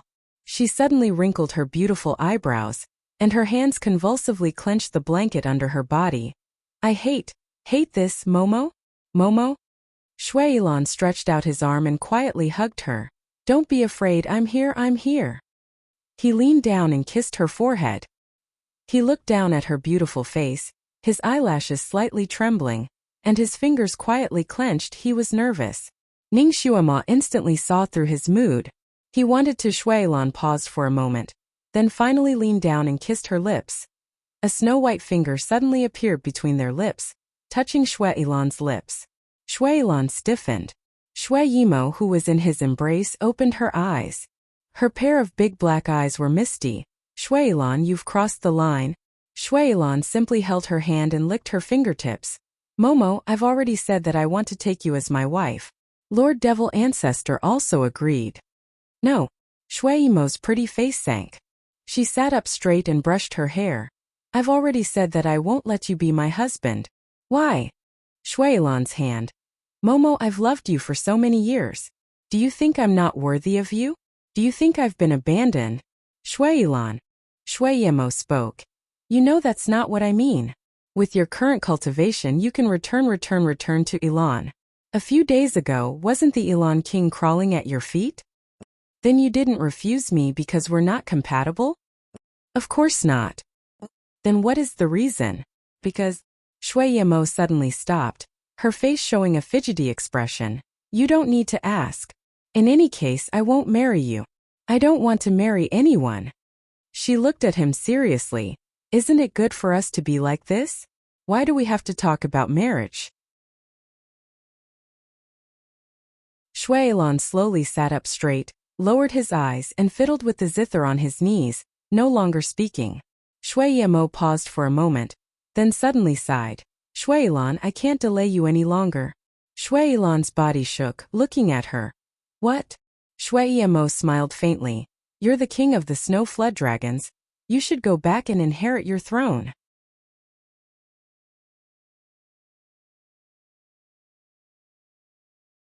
Chapter 837.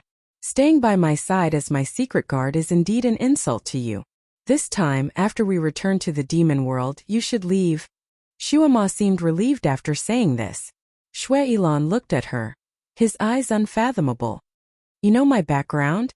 Shuiyemo gently plucked the strings.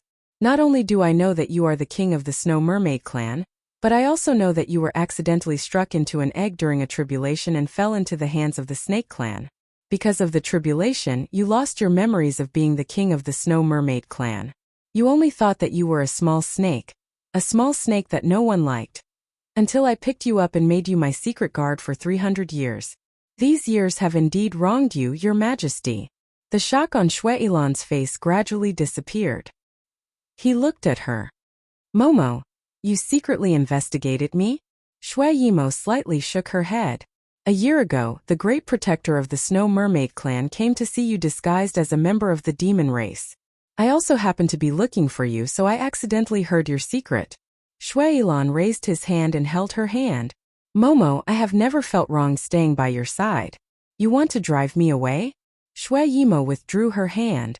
The Snow Mermaid clan has been looking for you for so many years. You really should go back. After all, you are the king. Shuilan slightly smiled. Okay, after we return this time, I will go to the Snow Mermaid clan. Momo, are you willing to leave me? Shuiyemo lowered her eyes, still plucking the strings.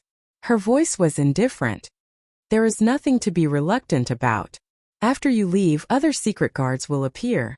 Shuilan's face slightly changed. He raised his hand as if he wanted to do something, but in the end he didn't do it. He looked at her in a daze. Momo, is your heart made of stone?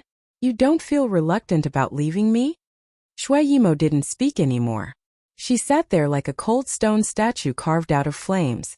At this moment, Ning Shuima suddenly understood what she was thinking in her heart. She wanted to be the demon ancestor. To be the demon ancestor, she had to abandon the 7 emotions and 6 desires. She couldn't love anyone, couldn't like anyone. The things she liked, the things she loved, and the things she cared about would all be lost in the end. Since that was the case, she might as well not like or love him. That way he wouldn't feel heartache when he lost her, and wouldn't feel sad when he was betrayed. Perhaps she had been too close to Shuilan all these years. She had gotten used to his company and his meticulous care. She had started to care about him and couldn't let him go. Shuilan saw that she was like a statue and didn't speak. He suddenly smiled bitterly and said, I understand. Shuiyemo slightly closed her eyes. Her beautiful face was still expressionless like a porcelain doll. She indifferently said, Shuilan, after we return you can leave. I'm tired of you. Shuilan's fingers trembled as he sucked in a deep breath. Are you trying to drive me away? What if I insist on staying in the demon race? Shuiyemo still didn't open her eyes. She indifferently said, if you want to stay, it's up to you. But I won't let you be my shadow guard anymore. I don't want a shadow guard who has other thoughts about me. Shuilan. His fingers trembled violently. After a long time he said, What if I take back all my thoughts about you and just stay by your side like this? Momo, you can't leave me.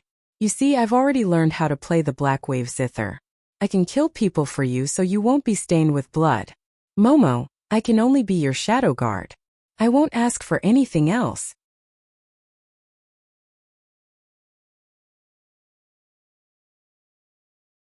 Chapter 838. My skills are getting better and better. I can protect you well. Those people who want to assassinate you won't be able to get close to you. Don't drive me away. You saved my life, I want to repay you. Shuilan's words were so low that Ning Shuima was a little moved. It turned out that Shuilan had such a side to him. It turned out that he liked this demon princess so much. Shuilan suddenly became irritable. Shuilan, you're so annoying. You're still the snow mermaid king. Before she could finish her sentence, a sharp whistle suddenly sounded from the palanquin. Shuilan's expression changed.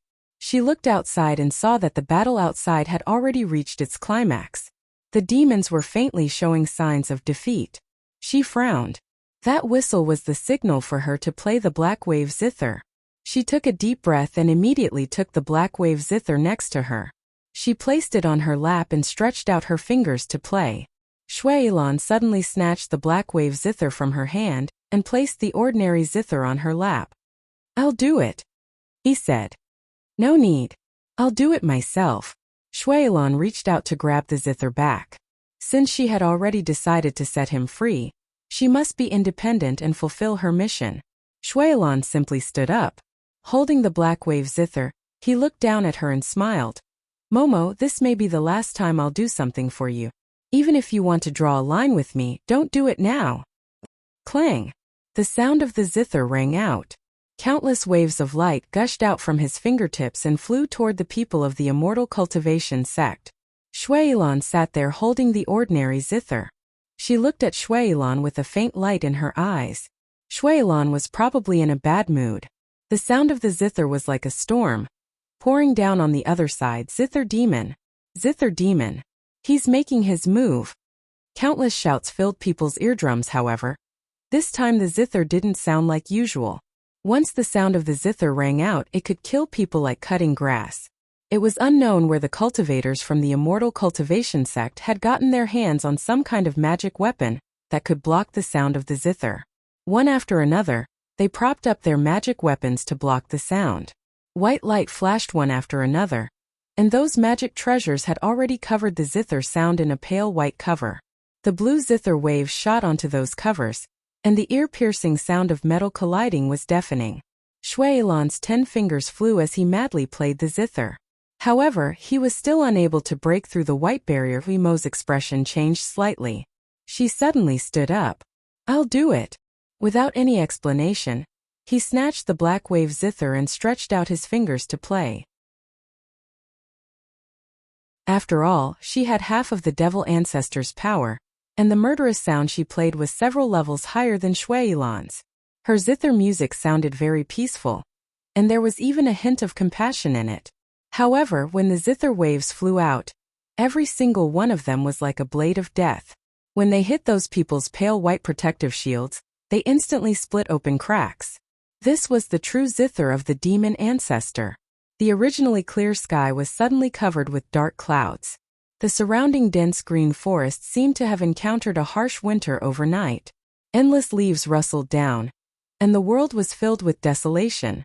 It was as if the wind, the clouds, and the fallen leaves had all become sharp killing weapons, fiercely attacking the cultivator's demon ancestor. Long live the demon ancestor! Long live the demon ancestor! The demon race's camp was filled with cheers. Shuiimo's eyebrows were calm and expressionless. Her 10 fingers were like falling flowers, quickly plucking the zither strings.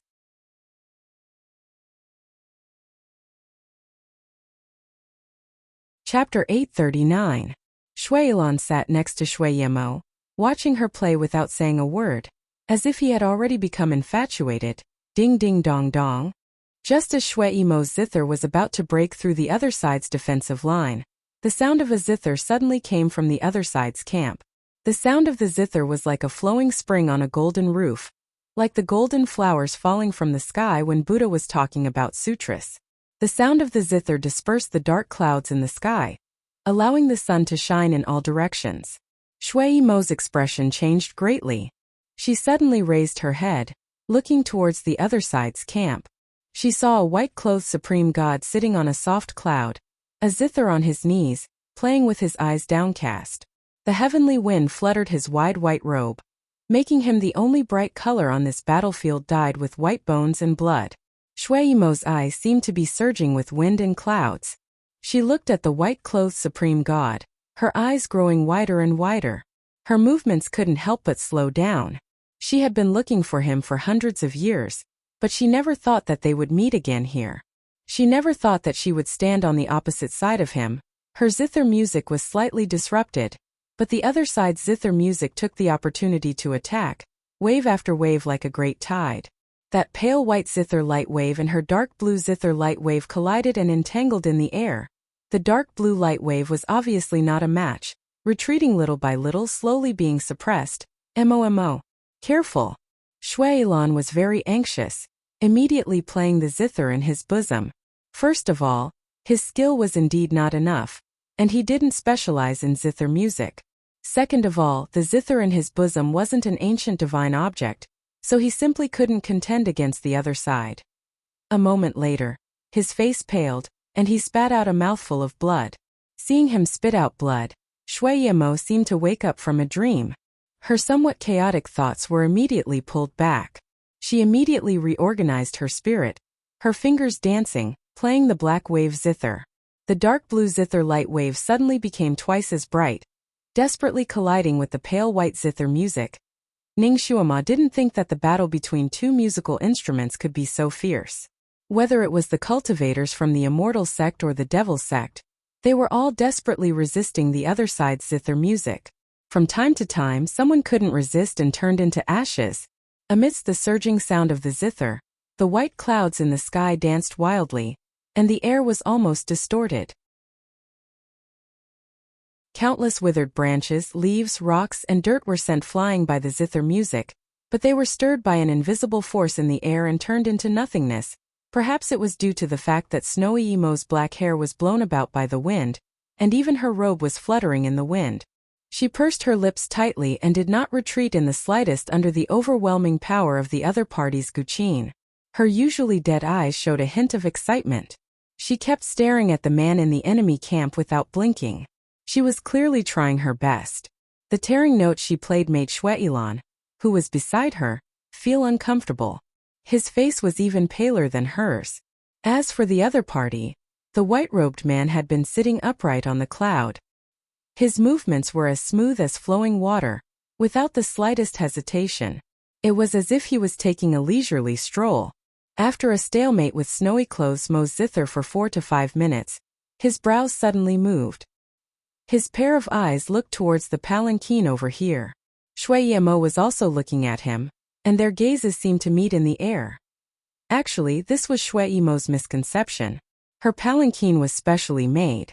The palanquin was surrounded by a barrier, and the heavy curtain of the palanquin blocked all lines of sight. She could see him through the special channel in the palanquin, but he couldn't see Shui Yimo.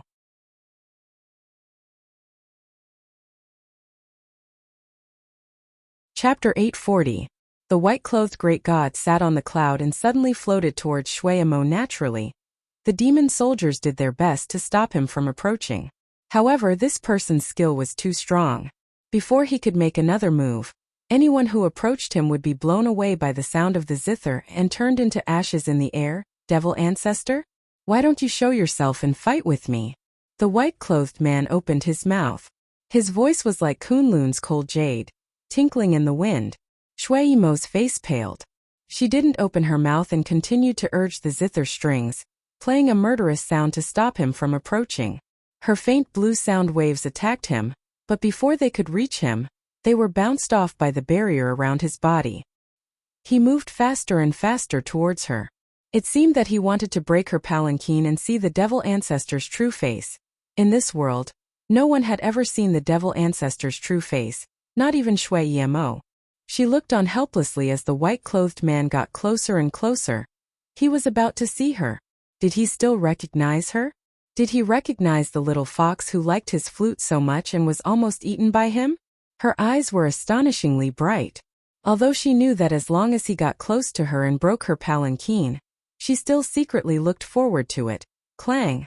One of the strings of the black wave zither broke. She was no match for the other's zither music. Her body swayed and a line of blood flowed from the corner of her mouth. Shuailan suddenly rushed over. Braving the danger of being injured by her zither music, he rushed to her side and snatched the black wave zither from her lap. Shuailan obviously didn't expect that Shuailan, whom she had always trusted, would make a move on her. She was also completely focused on Shuailan's plan. Not only did he snatch her zither, but he also sealed her acupuncture points. Emo, take care. He only said 4 words before he suddenly broke the roof of the palanquin with his palm and rushed out like a flame. Shuailan suddenly opened her eyes wide. She wanted to get up, but her acupuncture points were sealed and she couldn't get up for a while. She looked on helplessly as Shuailan jumped away from her and pretended to be her to meet the white-clothed great god. She heard Shuailan laugh. I didn't expect there to be a master of music in the celestial realm. Let me see. He was no match for him. Even though she possessed half of the demon ancestor's power, she had no way of surviving against this white-clothed god, let alone Shuailan, who had only practiced the zither for a few decades. Shuailan was both shocked and angry. She opened her mouth to shout, but no sound came out. He would die.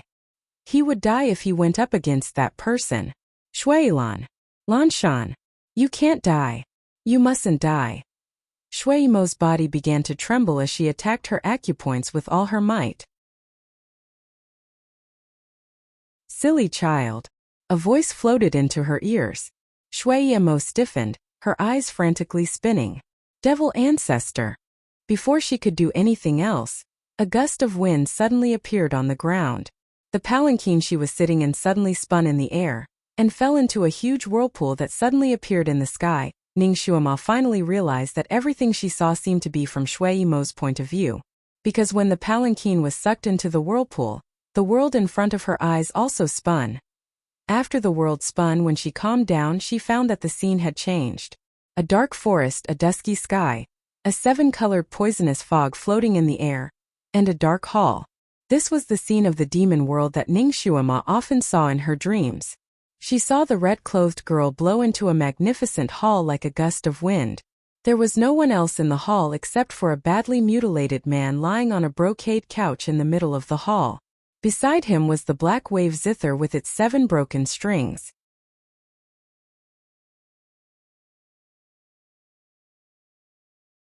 Chapter 841.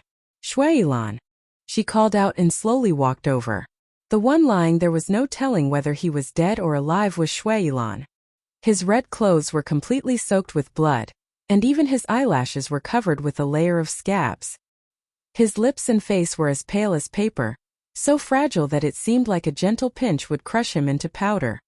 Lanshan, Shuailan, Shuailan. Shuailan threw herself in front of him, holding his hand tightly. Wake up! Wake up! Her eyes were wide open, staring at his face. Besides his body being still soft, he didn't move at all, not even breathing. Ningxuama, who was watching from the sidelines, suddenly had a feeling that she was going to cry. She had also lost her closest companion. That person was her partner. She didn't know how many times they had gone through life and death together. That person also loved her, but she didn't have any feelings for him, so she couldn't reciprocate his feelings. Ningxuama also deliberately ignored that person. Later on, during a mission, that person, in order to protect Ningxuama, took a bullet for her and died in her arms. Ningxuama still remembered that feeling. It was a kind of heart-wrenching pain. She remembered that she didn't want to let go of his body that was gradually turning cold. In the end, she even risked her life to carry his body back. Shuailan's feelings towards Shuailan were even more complicated. She also seemed to like Shuailan, but for some special reason she didn't dare to like him. He was the only person she trusted in the demon realm, the only person who was so good to her. Now that he suddenly met with a mishap, how could Shuailan not be sad? Shuailan held Shuailan's hand tightly, calling him over and over again, using the cleansing technique to clean up the bloodstains on his body. Shuailan didn't cry, but Ningxuama felt a deep sadness, as if a blunt knife was slowly cutting her. Mo, are you sad?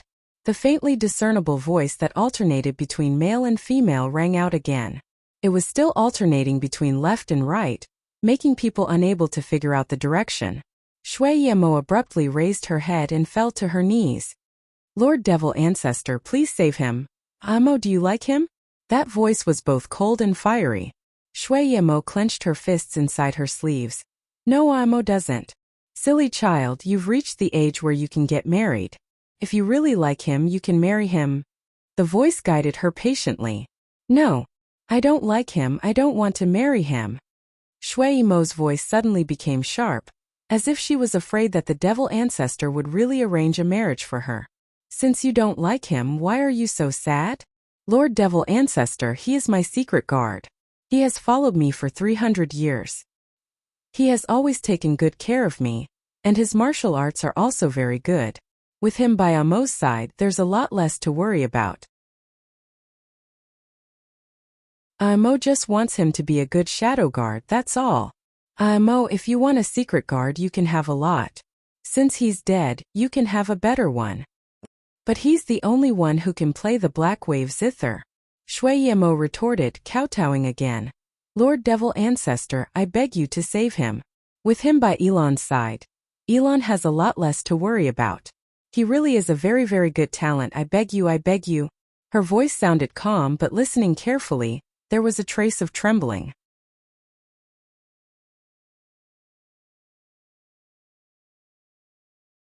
Chapter 842. The Devil Ancestor's voice suddenly disappeared. Shui Yemo kowtowed a few more times and begged a few more times, but she still didn't get a response from that voice. She didn't know how much time had passed, and she didn't know how many times she had kowtowed, but the Devil Ancestor still didn't reply. Shui Yemo slowly stood up and returned to Shui Elon's side, then slowly sat down. After such a long delay, Shui Elon's face became even paler. He lay there like a statue, motionless. She sat next to Shui Elon, looking down at him. After a while, she suddenly turned around and untied her messy hair. Her long hair flowed down, brushing against his cheek. Shui Elon, my hair is messy. I don't know how to comb that unique hairstyle. Get up and comb it for me. Shui Elon naturally didn't move. Shui Yemo looked at him for a moment, as if waiting for him to wake up. But the result of waiting was ultimately disappointment. Her eyes gradually reddened. Shui Elon, I want you to comb my hair for me. Do you hear me? She didn't know where she had found an ivory comb, but she put it in his palm, then held his hand to comb her long hair. She originally didn't know how to take care of her hair, so holding someone else's hand like this made it even more inconvenient. She combed for a long time, but her hair was still messy.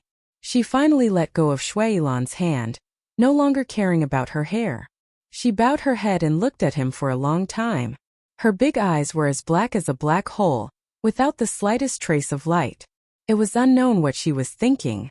Shui Elon, you said you wouldn't ignore me. Her voice choked again. She had already helped Shui Elon clean up the blood on his body. Apart from a few holes in his clothes, he didn't seem to be in a sorry state. The room was deathly silent. She held his hand tightly, motionless and silent. Another moment passed. Shui Elon. She spoke softly, as if she was afraid of waking him up from his beautiful dream. I tried my best, but I couldn't save you. I really couldn't save you. Shui Elon, I told you to leave, but you didn't. Now you can't leave even if you want to. Shui Yemo's voice trembled slightly. After a moment, she slowly opened her mouth again. You can go. Leaving like this is also good. Let me give you a ride. She touched the Black Wave Zither beside her and cut her wrist. Blood dripped onto the zither like a fountain. The broken strings suddenly reconnected automatically in the blood, and slowly restored to their original appearance. She placed the zither on her lap and glanced at him. Shui Elon, don't reincarnate into the wrong body in your next life. Don't come back to me again, ding. The sound of a zither resounded, and a faint blue zither wave flew towards Shui Elon, bang. A dark light flashed in midair, blocking the faint blue zither wave. Lord Devil Ancestor. Shui Yemo suddenly turned her head, looking into the void. He's not completely hopeless. That faintly discernible voice resounded again. At the same time, a A dark fog gushed out from the depths of the hall, completely enveloping Shui-Lan, who was lying on the bed. Lord Devil Ancestor, you're willing to help? Shui-Mo's eyes flashed as she looked into the depths of the hall. Mo, you're my daughter after all. How could I completely abandon you? The voice sighed softly like a loving mother. Shui-Mo's eyes shone even brighter. However, his injuries are too heavy. The zither music damaged his soul root. If you want to save him, you need something. Only if you can get that thing, I can restore him to his original state.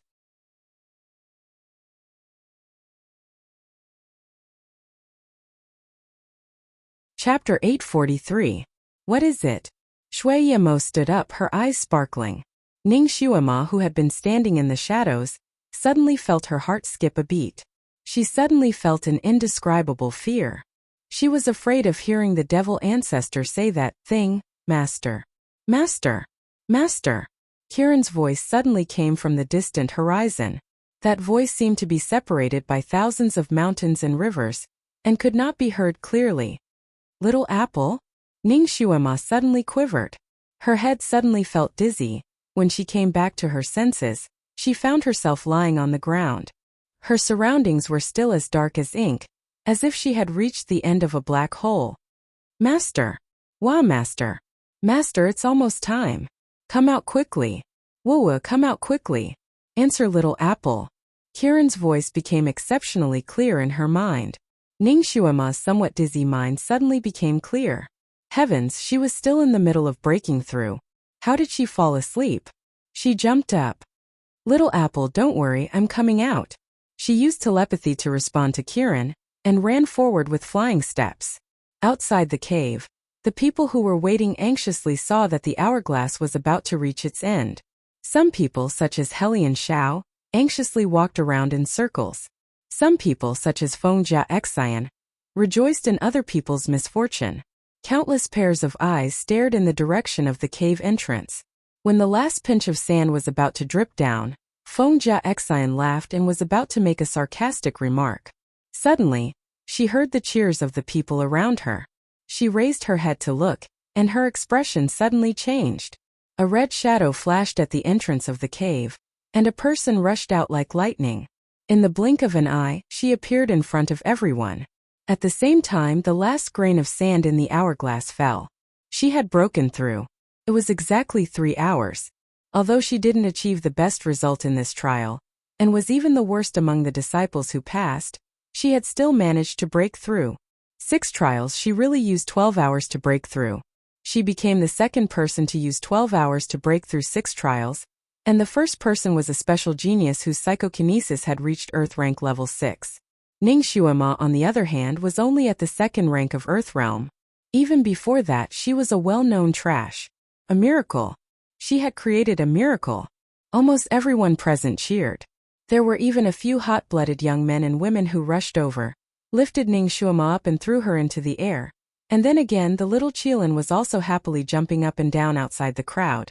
It couldn't squeeze into the crowd and became very anxious. Suddenly it turned around and transformed into a blue cat. Like a wisp of smoke, it scuttled onto the shoulders of the crowd and jumped into Ning Xuema's bosom. Master! Master! Ha ha ha ha! It was scary enough for a cat to laugh like a lunatic. But who cares at this time? Yelu Jing and his fellow apprentices looked at each other and couldn't help but smile. This girl could finally stay openly. He seemed to have thought of something. He raised his hand and took out a sound transmission talisman. He picked it up and said in a straightforward manner, she passed. She didn't pass by a hair. I saw. A cold voice came from the other side. Did you see it? Yelu Jing and seemed to have sensed something and looked towards a small mountain peak in the distance. Faintly, a young man as cold as ice and snow stood there. Under the moonlight there was a hint of loneliness. She really is a good seedling. Don't make things difficult for her. Yelu Jing and spoke again, his tone serious. This kind of talent can't be met in a few hundred years.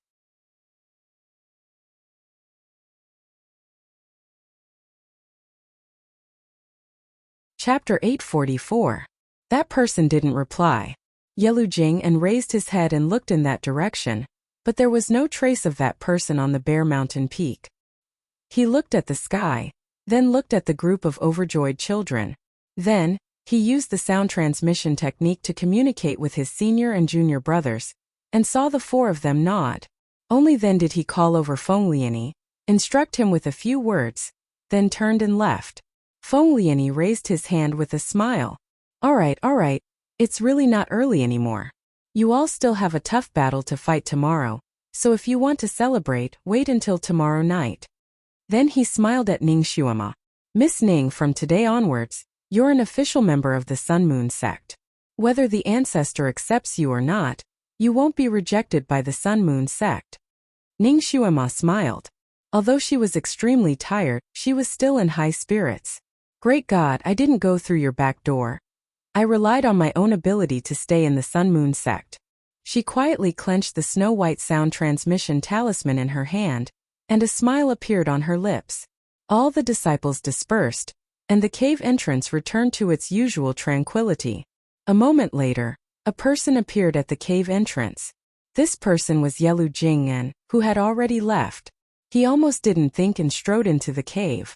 When he was 3/4 of the way into the cave, he stopped and stood there, as if sensing something, and a light flashed in his eyes. His guess wasn't wrong. Ning Xuema had been plotted against here. However, that person knew how to hold back and didn't take her life, only making her faint. Fortunately, she was very lucky and woke up in time. This little girl was indeed someone, sleeping here and still being able to get out in time. However, it seemed that that person had already begun to use unscrupulous means to prevent Ning Xuema from becoming a disciple. Now that Ning Xuema had passed all 6 tests, that person might use other means later. This night, Ning Xuema rested in a house specially used to receive the new disciples. Since she had already become one of them, before she decided on a master, she naturally had to live together with the new disciples to prevent others from gossiping. Ning Xuema wasn't a person who was afraid of gossip, but she didn't want to bring gossip to the overlord. Therefore, she took the initiative to request that everything be done step by step. What she didn't know was that this one decision of hers made Yelu Jing and busy for a long time. Her identity was special, and Yelu Jing, and was afraid that something would happen to her. Originally, she wanted to arrange for her to return to Tianyin Peak. Hearing her decision, he thought for a moment and felt that it was right. Thus, he had someone arrange for her to stay in an abode. On the surface, her abode didn't look any different from the neighboring abodes of the other disciples. In fact, there were layers of restrictions set up outside the abode. These layers of restrictions were set up by Yelu Jing, and his senior and junior brothers.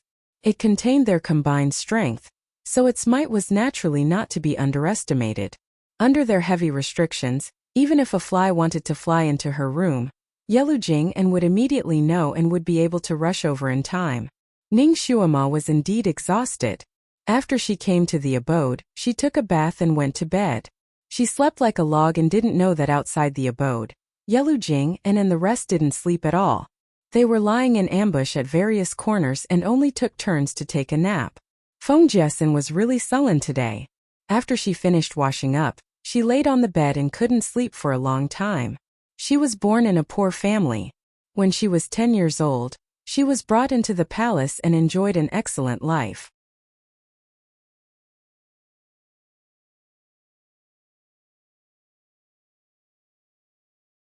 Chapter 845. Although Feng Jiesin enjoyed riches and honor, she lived among high-ranking officials, so a sense of inferiority was born in her bones. However, she was also a genius, which made her proud. The combination of inferiority and pride caused her to be cynical and have a dual personality. She always felt that everyone in this world was inferior to her, and that she was just reincarnated into the wrong body. Although the Empress doted on her, Feng Jiesin always felt that the Empress's kindness was not sincere. She was crazily jealous of the Empress's daughter, the real princess. Later, she used underhanded means to force the real princess out. After the real princess committed suicide by jumping into a river, the Empress aged more than 10 years overnight, and she was not as good to her as before. On the surface, she was still respectful to the Empress, but in her heart, she began to feel indignant. She felt that the Empress had wronged a genius like her. Feng Jiesin felt that with her aptitude, She was more than qualified to be the empress. She had already made up her mind. After coming to the Sun Moon sect and becoming a disciple, she would return to Fengyi country and try to control the empress, making her pass the throne to herself. She also wanted to be the empress and completely change her situation. This was also the reason why she desperately wanted to become the ancestor's disciple. The ancestor was a person of virtue and prestige, and was the god of this continent. If his disciple wanted to usurp the throne and become the empress, the people of Fengyi country would not disagree. In the 3 years in the imperial palace, she learned to behave gracefully and calmly. She was gentle and courteous to everyone. When she first stepped into the Sun Moon sect, Feng Jessen won the favor of most people, and also made countless people notice her. Unknowingly, she became the focus of everyone's attention, which made her proud and satisfied. In order to eliminate a strong opponent, she schemed against Helian Xiao. However, Helian Zhao's personality was straightforward, and he disdained to lower himself to the same level as a girl, so her scheme was not obvious. If Ning Xuema did not appear, she would have succeeded. But damn it, Ning Xuema just had to appear.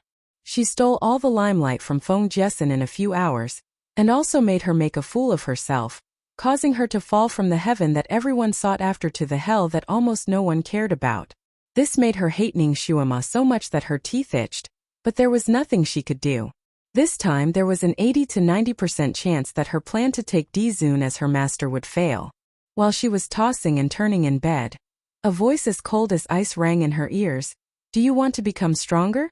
She was stunned and immediately pricked up her ears. That voice had come in through secret voice sending, and it rang coldly in her ears. "If you want to become stronger and become the champion, then come out. Walk to your left and enter the bamboo forest 1,300 feet away." Feng Jessen's heart jumped. Although she didn't know who that person was, this person gave her hope. Steeling herself, she jumped off the bed and ran out. The bamboo forest was dark, and the moonlight was cold. A tall and straight figure stood there with his back facing her. He was dressed in a black robe that seemed to blend into the night. Feng Jessen cautiously approached him step by step and stopped about 10 meters away from him. "Senior, did you call me?" That person said indifferently. "Do you want to beat her?" Feng Jessen paused for a moment. She was still more cautious, so she answered slyly, "I will try my best to fight for it." "You can't beat her." That person rudely interrupted her. Feng Jessen choked. Junior's psychokinesis is Earth rank level 5, but she's only level 2. When it comes to a real competition, it's not just about psychokinesis.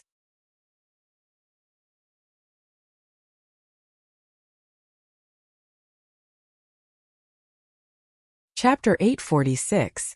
But I'm definitely stronger than her today. Today was just a coincidence. Maybe someone deliberately let her pass those tests. Feng Jessen said unconvinced. Let her pass? Someone deliberately made things difficult for her, it's true. If that's the case, then forget it. The man's voice was cold, his feet moved as if he was about to leave. Feng Jessen was startled. She was just being stubborn, but now seeing her only savior was about to leave, she became anxious and hurriedly said, "Senior, if you can help me, I will be very grateful." That person paused for a moment, flicked his finger, and threw a green pill to her. "This pill can double your strength in a short period of time, but it will cause some damage to your body. You'll need a month to fully recover." Feng Jessen was overjoyed. Her psyche power was originally higher than Ning Xuema. If it was doubled, she would definitely win. But was this man trustworthy? She hadn't even seen his face yet. Her eyes were fixed on him. "Senior, thank you for giving me this pill. May I know Senior's name? Once I achieve good results, I will definitely thank you." "No need," the man said coldly, still not turning his head. Feng Jessen held the pill in a daze for a moment. She didn't know the man's background. How could she dare to take such a pill? What if he was trying to trick her? The man seemed to know what she was thinking. "I'm not helping you, I just don't want her to win. If you don't believe me, you cannot take it." His figure rose and disappeared in a flash. Feng Jessen. This man's power is so high. Just based on his ability to disappear in the blink of an eye, it's not something an ordinary person can do. So Ning Xuema also has an enemy here? He just doesn't want her to win. The her he was talking about was obviously Ning Xuema. This point happened to coincide with Feng Jiesen. She clenched the pill in her hand like holding a hot potato. She was lost in thought for a moment, then slowly put the pill away. It was a quiet night. Ning Xuema got up early in the morning and began to wash up. Kiran couldn't help but ask the question that he had been holding back all night. Master, what happened to you in that dark cave? I couldn't get in touch with you for a while. I was so worried. Ning Xuema's fingers, which were combing her hair, paused. She thought for a moment. Until now, she still couldn't be sure whether the Dizun substitute she had encountered was real or an illusion. Her impression of that period was extremely vague. I was probably too tired and fell asleep halfway. Ning Xuema didn't want to tell Kiran anything that she wasn't sure about. She didn't want it to worry. Kiran nodded seriously. That's true. Master, you're too tired. But Master, you've broken the record. If your friends know about this, they'll be happy for you. Ning Xuema smiled. Yes. She was a little lost in thought. No matter who achieved good results, they would want to share it with their family and friends. She was the same. She didn't know why, but she thought of Yifeng inside. If only Yifeng hadn't left. She then shook her head. But he has to leave. Yan Ziyuan and Gu Ziyan are going to get married. Although he doesn't want to give up, he still has to go and take a look. I hope he won't be too shocked. Kiran was stunned and puzzled. Yan Ziyuan and Gu Ziyan are going to get married? It can't be, right? Isn't she going to risk her life to save Yifeng? I think that girl is very anxious. How can she still be in the mood to get married?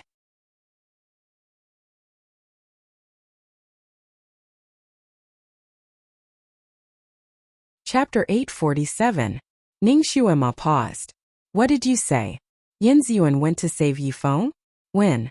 Could it be something that happened after she and Yifeng were rescued? That's not right. When Yifeng was imprisoned, he overheard the conversation between Yi Qinghuan's maids and found out about Yan Ziyuan's wedding date. That meant that Yan Ziyuan's wedding date was before, and she and Yifeng were saved later. Something was strange. There must be something strange that she didn't know about. Why did Yan Ziyuan not go to Yifeng and get engaged instead? Ning Xuema didn't have many friends in this world, but she cared more about Yan Ziyuan and Yifeng. If Yan Ziyuan was willing to marry Gu Ziyan, it would be fine, but if she was forced, it would be her lifelong regret. Although Yifeng had rushed over, he might not have the courage to question Yan Ziyuan, given his personality of wanting to swallow everything down even if it meant losing his teeth. Most likely he was hiding in the dark and watching his sweetheart marry someone else. Ning Xuema took a deep breath. It was fine if she didn't know about this, but now that she knew, she had to go to Daliang City to investigate. She secretly counted the days. There were still 3 days until Yan Ziyuan's wedding. If she left immediately after settling the matter of apprenticeship, she should be able to arrive a day earlier. While she was thinking, Helian Zhao's voice came from outside. Ning Xuema, are you awake? It's time to gather. Ning Xuema couldn't help but laugh. Although Helian Zhao was the son of a prince, he wasn't tainted by the intrigue in the prince's residence. He had a fiery and bright personality, so he was a friend worth making. She responded, tidied up and walked out. Today, she was wearing a bright purple dress and a snow-white cloak. Her long hair was casually draped over her shoulders like a waterfall. She had rested for the night, and her complexion looked much better. It was obvious that she was charming and beautiful. Helian Zhao was slightly stunned when he saw her like this. Ning Xuema was in a hurry to pass the test yesterday, so she didn't have time to dress up after coming out. In addition, she lost too much blood, so her face was pale and bloodless, so she was in a sorry state yesterday. She wasn't the prettiest among the group of girls. Today, she had almost recovered and dressed up carefully, so she looked stunning. Helian Zhao, who was used to seeing beauties, was stunned for a moment. He was only 13 years old and had yet to grow. Currently, he was a bit shorter than Ning Xuema. In Ning Xuema's eyes, he was still a child, therefore, she patted him on his shoulder. Let's go. She took the lead and walked out first. After walking for a dozen steps, they saw Feng Jiesen walking out with another girl. The moment both sides met, the young girl greeted Helian Zhao and Ning Xuema. Feng Jiesen, on the other hand, looked at Ning Xuema and Helian Zhao with a smile that was not a smile. Suddenly she smiled at Ning Shuima. Miss Ning, actually I have something that you might not like to hear. Your husband, Mr. Han, is a peerless master. You came here to be his disciple, so you're rather neglecting what's near at hand and seeking what's far away. She looked at Helian Xiao again. Prince Helian, don't blame me for not reminding you. Mr. Han is obsessed with cleanliness. His concubines are not allowed to be touched by anyone. What nonsense are you talking about? Miss Ning and I are innocent. Don't be so filthy. Helian Xiao was angry. I'm just reminding you because we're from the same sect. I don't mean anything else. Feng Jessen smiled and turned to leave. The girl next to her looked at Ning Shuima and then looked at Helian Xiao. Prince Helian, Miss Ning, please don't mind.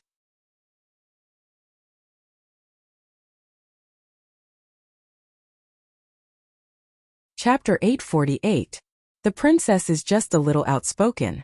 She doesn't have any ill intentions. The girl turned around and chased after Feng Jessen. Helian Xiao was indignant. Why didn't I notice that she was so sarcastic? Ning Shuima smiled carelessly. This kind of white lotus will only reveal her true nature when she is provoked. Helian Xiao looked at her with a complicated gaze. You don't care? Ning Shuima said. If you are bitten by a dog, will you bite back? Of course not. Helian Xiao answered. That's it. If you are bitten by a dog, either you don't bicker with it and laugh it off or you give it a good beating. Don't you think so? Ning Shuima's eyes flashed with coldness. That's right. Helian Xiao nodded. His eyes looked at Ning Shuima with admiration. Usually, when faced with this kind of situation, most people would choose to retort. But if they really quarreled here because of a few words of gossip, it would be unavoidably degrading. What's more, what she said about Han Shangyue was indeed true. Ning Shuima was too lazy to lower herself to her level at this time. She was also too lazy to argue with this kind of person. If there was no accident, that little girl was crying at the back. However, she had hit her hard yesterday. She was already like a wilted cucumber. After sleeping for a night, she suddenly became so aggressive, as if she had some kind of victory in her hands. Could it be that she still had some tricks up her sleeve? Ning Shuima thought of the person who secretly helped Feng Jessen during the 4th round of the competition. Her fingers secretly clenched. Could it be that that person still wanted to help Feng Jessen secretly? That was really possible. Why did this fake Di Zun reject her so much? Did he help Feng Jessen because he admired her? Did he have a relationship with her? Or did he simply find her, Ning Shuima, an eyesore? Although that person's martial arts was not as good as Di Zun's, it was not low either. If he were to side with Feng Jessen, it would be a very troublesome matter. She couldn't help but hold the snow-white sound-transmitting amulet, hidden in her sleeve. This was given to her by Shanjuli, and it was full of spiritual power. No matter what time it was, it always had a cool and comfortable aura. Shanjuli had once told her that she would be able to contact him at any time using this sound-transmitting talisman. When he was in seclusion, he could choose not to answer other people's calls, but he would definitely answer her calls. If she were to use it when she was in danger, she had only received his voice transmission once and had never used it to look for him. His injuries were extremely serious. She later understood. Otherwise, he wouldn't have been so weak in the castle. He must have gone into seclusion to recuperate. People who were recuperating in seclusion hated being disturbed the most. Therefore, she didn't want to disturb him with the sound-transmitting talisman, unless it was an emergency. What's more, she wanted to rely on her own ability to win everyone's recognition and become his disciple openly. She didn't want to rely on Di Zun's backdoor. Shanjuli seemed to trust this substitute very much. Otherwise, he wouldn't have entrusted her to that substitute. This substitute's usual performance must be very commendable, without any flaws. Moreover, he was extremely loyal to Di Zun, so Di Zun didn't guard against him at all. Di Zun probably didn't expect that this substitute would treat her like this. She raised her hand and rubbed the space between her eyebrows. She was already very low-key in dealing with people. Why were there always big shots jumping out to make things difficult for her? Who did she provoke?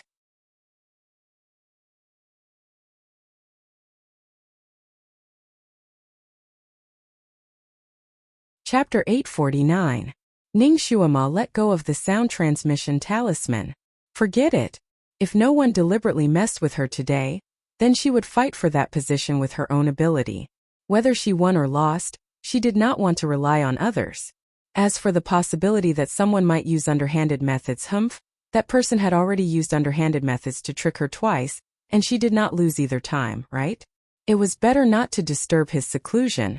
She believed that once he recovered, he would definitely come personally to oversee things. Now that he could not come, it seemed that it was still not possible. Hundreds of thoughts flashed through her mind, and she was momentarily lost in her thoughts. She did not even notice that Kiran was tugging at her skirt. Bang! She directly bumped into someone's embrace. Damn, she was too distracted. Ning Xuema was embarrassed. I'm sorry. Ning Xuema subconsciously apologized. Just as she was about to take a step back, the person she bumped into held her arm. Xuema. This voice was extremely familiar. Ning Xuema raised her head in astonishment and looked into a pair of deep dark eyes. She was startled, and her brows immediately relaxed. Your Highness. The person she bumped into was actually Ji Yunhuang, whom she had not seen for many days. Today, he was wearing the white robe of the Sun Moon sect's third-generation direct disciple, which made him look even more handsome and elegant. If not for his slightly pale face, there would be no difference between him and Ning Xuema when she first met him. Seeing an old acquaintance again, Ning Xuema was delighted. Your Highness, when did you come? Why did you come? Ji Yunhuang smiled. Xuema, did you forget that I am also a disciple of the Sun Moon sect? Marshal Ant Jing'an sent me a message, asking me to come and help with the recruitment of new disciples. I just arrived this morning and am about to go to the competition. Let's go together. As he spoke, he held her hand and walked away. There were so many disciples in the Sun Moon sect, so it should be easy for them to take care of the new disciples, right? Why did they have to call Ji Yunhuang back? Perhaps there was some reason behind it? Although Ning Xuema had stayed in the Sun Moon sect for a short period of time, she still did not know much about the rules of the Sun Moon sect. He didn't think too much about it. Ji Yunhuang held her hand and walked a few steps. Suddenly, she seemed to have sensed something. She turned around and saw an extremely beautiful and graceful woman standing behind them. She had slender eyebrows and pretty eyes, and she wore a lake blue dress. She stood there with a layer of faint mist around her, making her look like a fairy. She had obviously come with Ji Yunhuang. At this moment, she was standing there with pursed lips as she looked at Ji Yunhuang. To be more precise, her gaze fell on Ji Yunhuang and Ning Xuema's hands, which were holding each other's hands. A trace of sadness flashed through her eyes. Ning Xuema's heart skipped a beat as she suddenly realized something. She calmly pulled her hand back and asked with a smile, Your Highness, who is this? Ji Yunhuang faintly glanced at the young woman and said in a calm voice, Xuema. She is the daughter of the Tianqing Castle's castle lord, Tian Shueqing. Ning Xuema had heard about the matter between Ji Yunhuang and Tian Shueqing from Yan Ziyuan. It seemed that the Tianqing Castle's castle lord wanted to give Tian Shueqing to Han Shangyue, but Han Shangyue gave her to Ji Yunhuang instead. At that time, Ji Yunhuang did not refuse. After that, Lu Hinti and the Tianqing Castle's castle lord finalized the marriage on the spot. In other words, this Miss Tian Shueqing was the future crown prince's wife. However, wasn't Ji Yunhuang treating this standard crown prince's wife too coldly? He pulled another woman's hand and ran away, leaving his fiancée hanging there. Ning Xuema was about to say something, but Ji Yunhuang had already said to Tian Shueqing, Miss Shueqing, she is this prince's friend, Ning Xuema.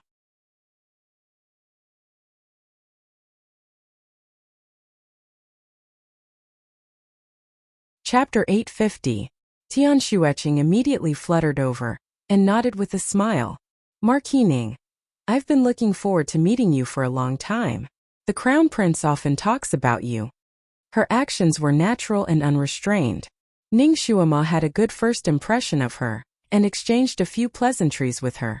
Xuema, have you forgotten about me? A faint voice sounded from the side. Ning Xuema turned around and saw that Helian Xiao was still standing at the same spot, looking at her with a smile that was not a smile. Who is this? Ji Yunhuang's gaze also landed on Helian Xiao. The young man seemed to be in high spirits. He stood there with his chin slightly raised, looking proud and spirited. Helian Xiao from the Feixing Kingdom. I'm Shuema's companion. Greetings, Senior Ji.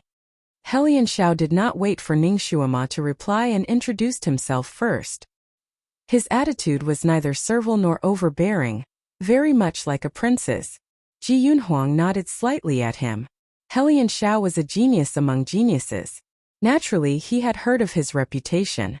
However, he was cold by nature and did not exchange pleasantries with Helian Xiao. Instead, he shifted his gaze to Ning Shuema. Shuema, I'm very happy that you're here. From now on, we're from the same sect. Ning Shuema smiled slightly. Ji Yunhuang's gaze was slightly deep. That day you didn't get married to him. Both of you went missing, which made me very worried. Where did you go these days? How did you come to the Sun Moon sect? You didn't get married to him yet, right? The last point was actually what he wanted to know the most. Although Ning Shuema treated Ji Yunhuang as a friend, she did not want to tell him Han Shanyue's true identity. She also did not want to mention her own matters to him. She smiled. This is a long story, so let's not talk about it first. However, it's true that I didn't get married to him. Alright, let's not talk about him anymore. Let's go to the Starlight platform first. Ji Yunhuang's eyes slightly brightened. He did not say anything else. Alright. I'll bring you there. He waved his sleeves and a wide flying sword appeared on the ground. The pale golden light of the sword changed, and it was especially dazzling under the sunlight. Ning Shuema's eyes lit up. Your Highness, you can fly on a sword? In this world, only those who had cultivated their psychokinesis to Earth rank level 6 and above could learn the Imperial Sword Flight technique. She didn't expect that in just a few months after she and Ji Yunhuang had parted ways, he had actually broken through Earth rank level 5 and learned the Imperial Sword Flight technique. She could not help but look at Tian Shueqing. She naturally knew that Tian Shueqing was a great cauldron tool that could greatly improve the cultivation of the person who had intercourse with her. Ning Shuema could also tell that this Miss Tian Shueqing was no longer a virgin. It was obvious that she had already had intimate contact with Ji Yunhuang. Looks like the effects of cauldrons really can't be underestimated. Ning Shuema was truly happy for Ji Yunhuang. Originally, he had suffered such heavy injuries that it would have taken him at least 2 to 3 years to fully recover. However, with Miss Tian Shueqing by his side, it could be considered a blessing in disguise. She looked at Ji Yunhuang and then at Tian Shueqing. She couldn't help but smile. Both of you should have good news soon, right? When are you going to invite me to your wedding? Ji Yunhuang's expression slightly changed. Before he could say anything, Tian Shueqing smiled. Our wedding will be in a month's time. This time your Highness came here for 2 reasons. First, it's to inform the new disciples. Second, it's to inform the other disciples. When the time comes, I hope that Miss Ning will grace us with your presence. A month's time. That's so rushed. Ning Shuema calculated for a moment. She had time in a month's time. She immediately nodded. Alright. I'll definitely be there. You're tuning in to the Li Mei's Wuxia Whispers YouTube channel. We're so grateful for your support, and don't forget to subscribe to join us on this incredible journey through captivating stories. Your generosity through donations truly makes a world of difference, as it's the primary source of revenue that allows me to expand and enhance this channel for you. Thank you from the bottom of my heart for being a part of this adventure.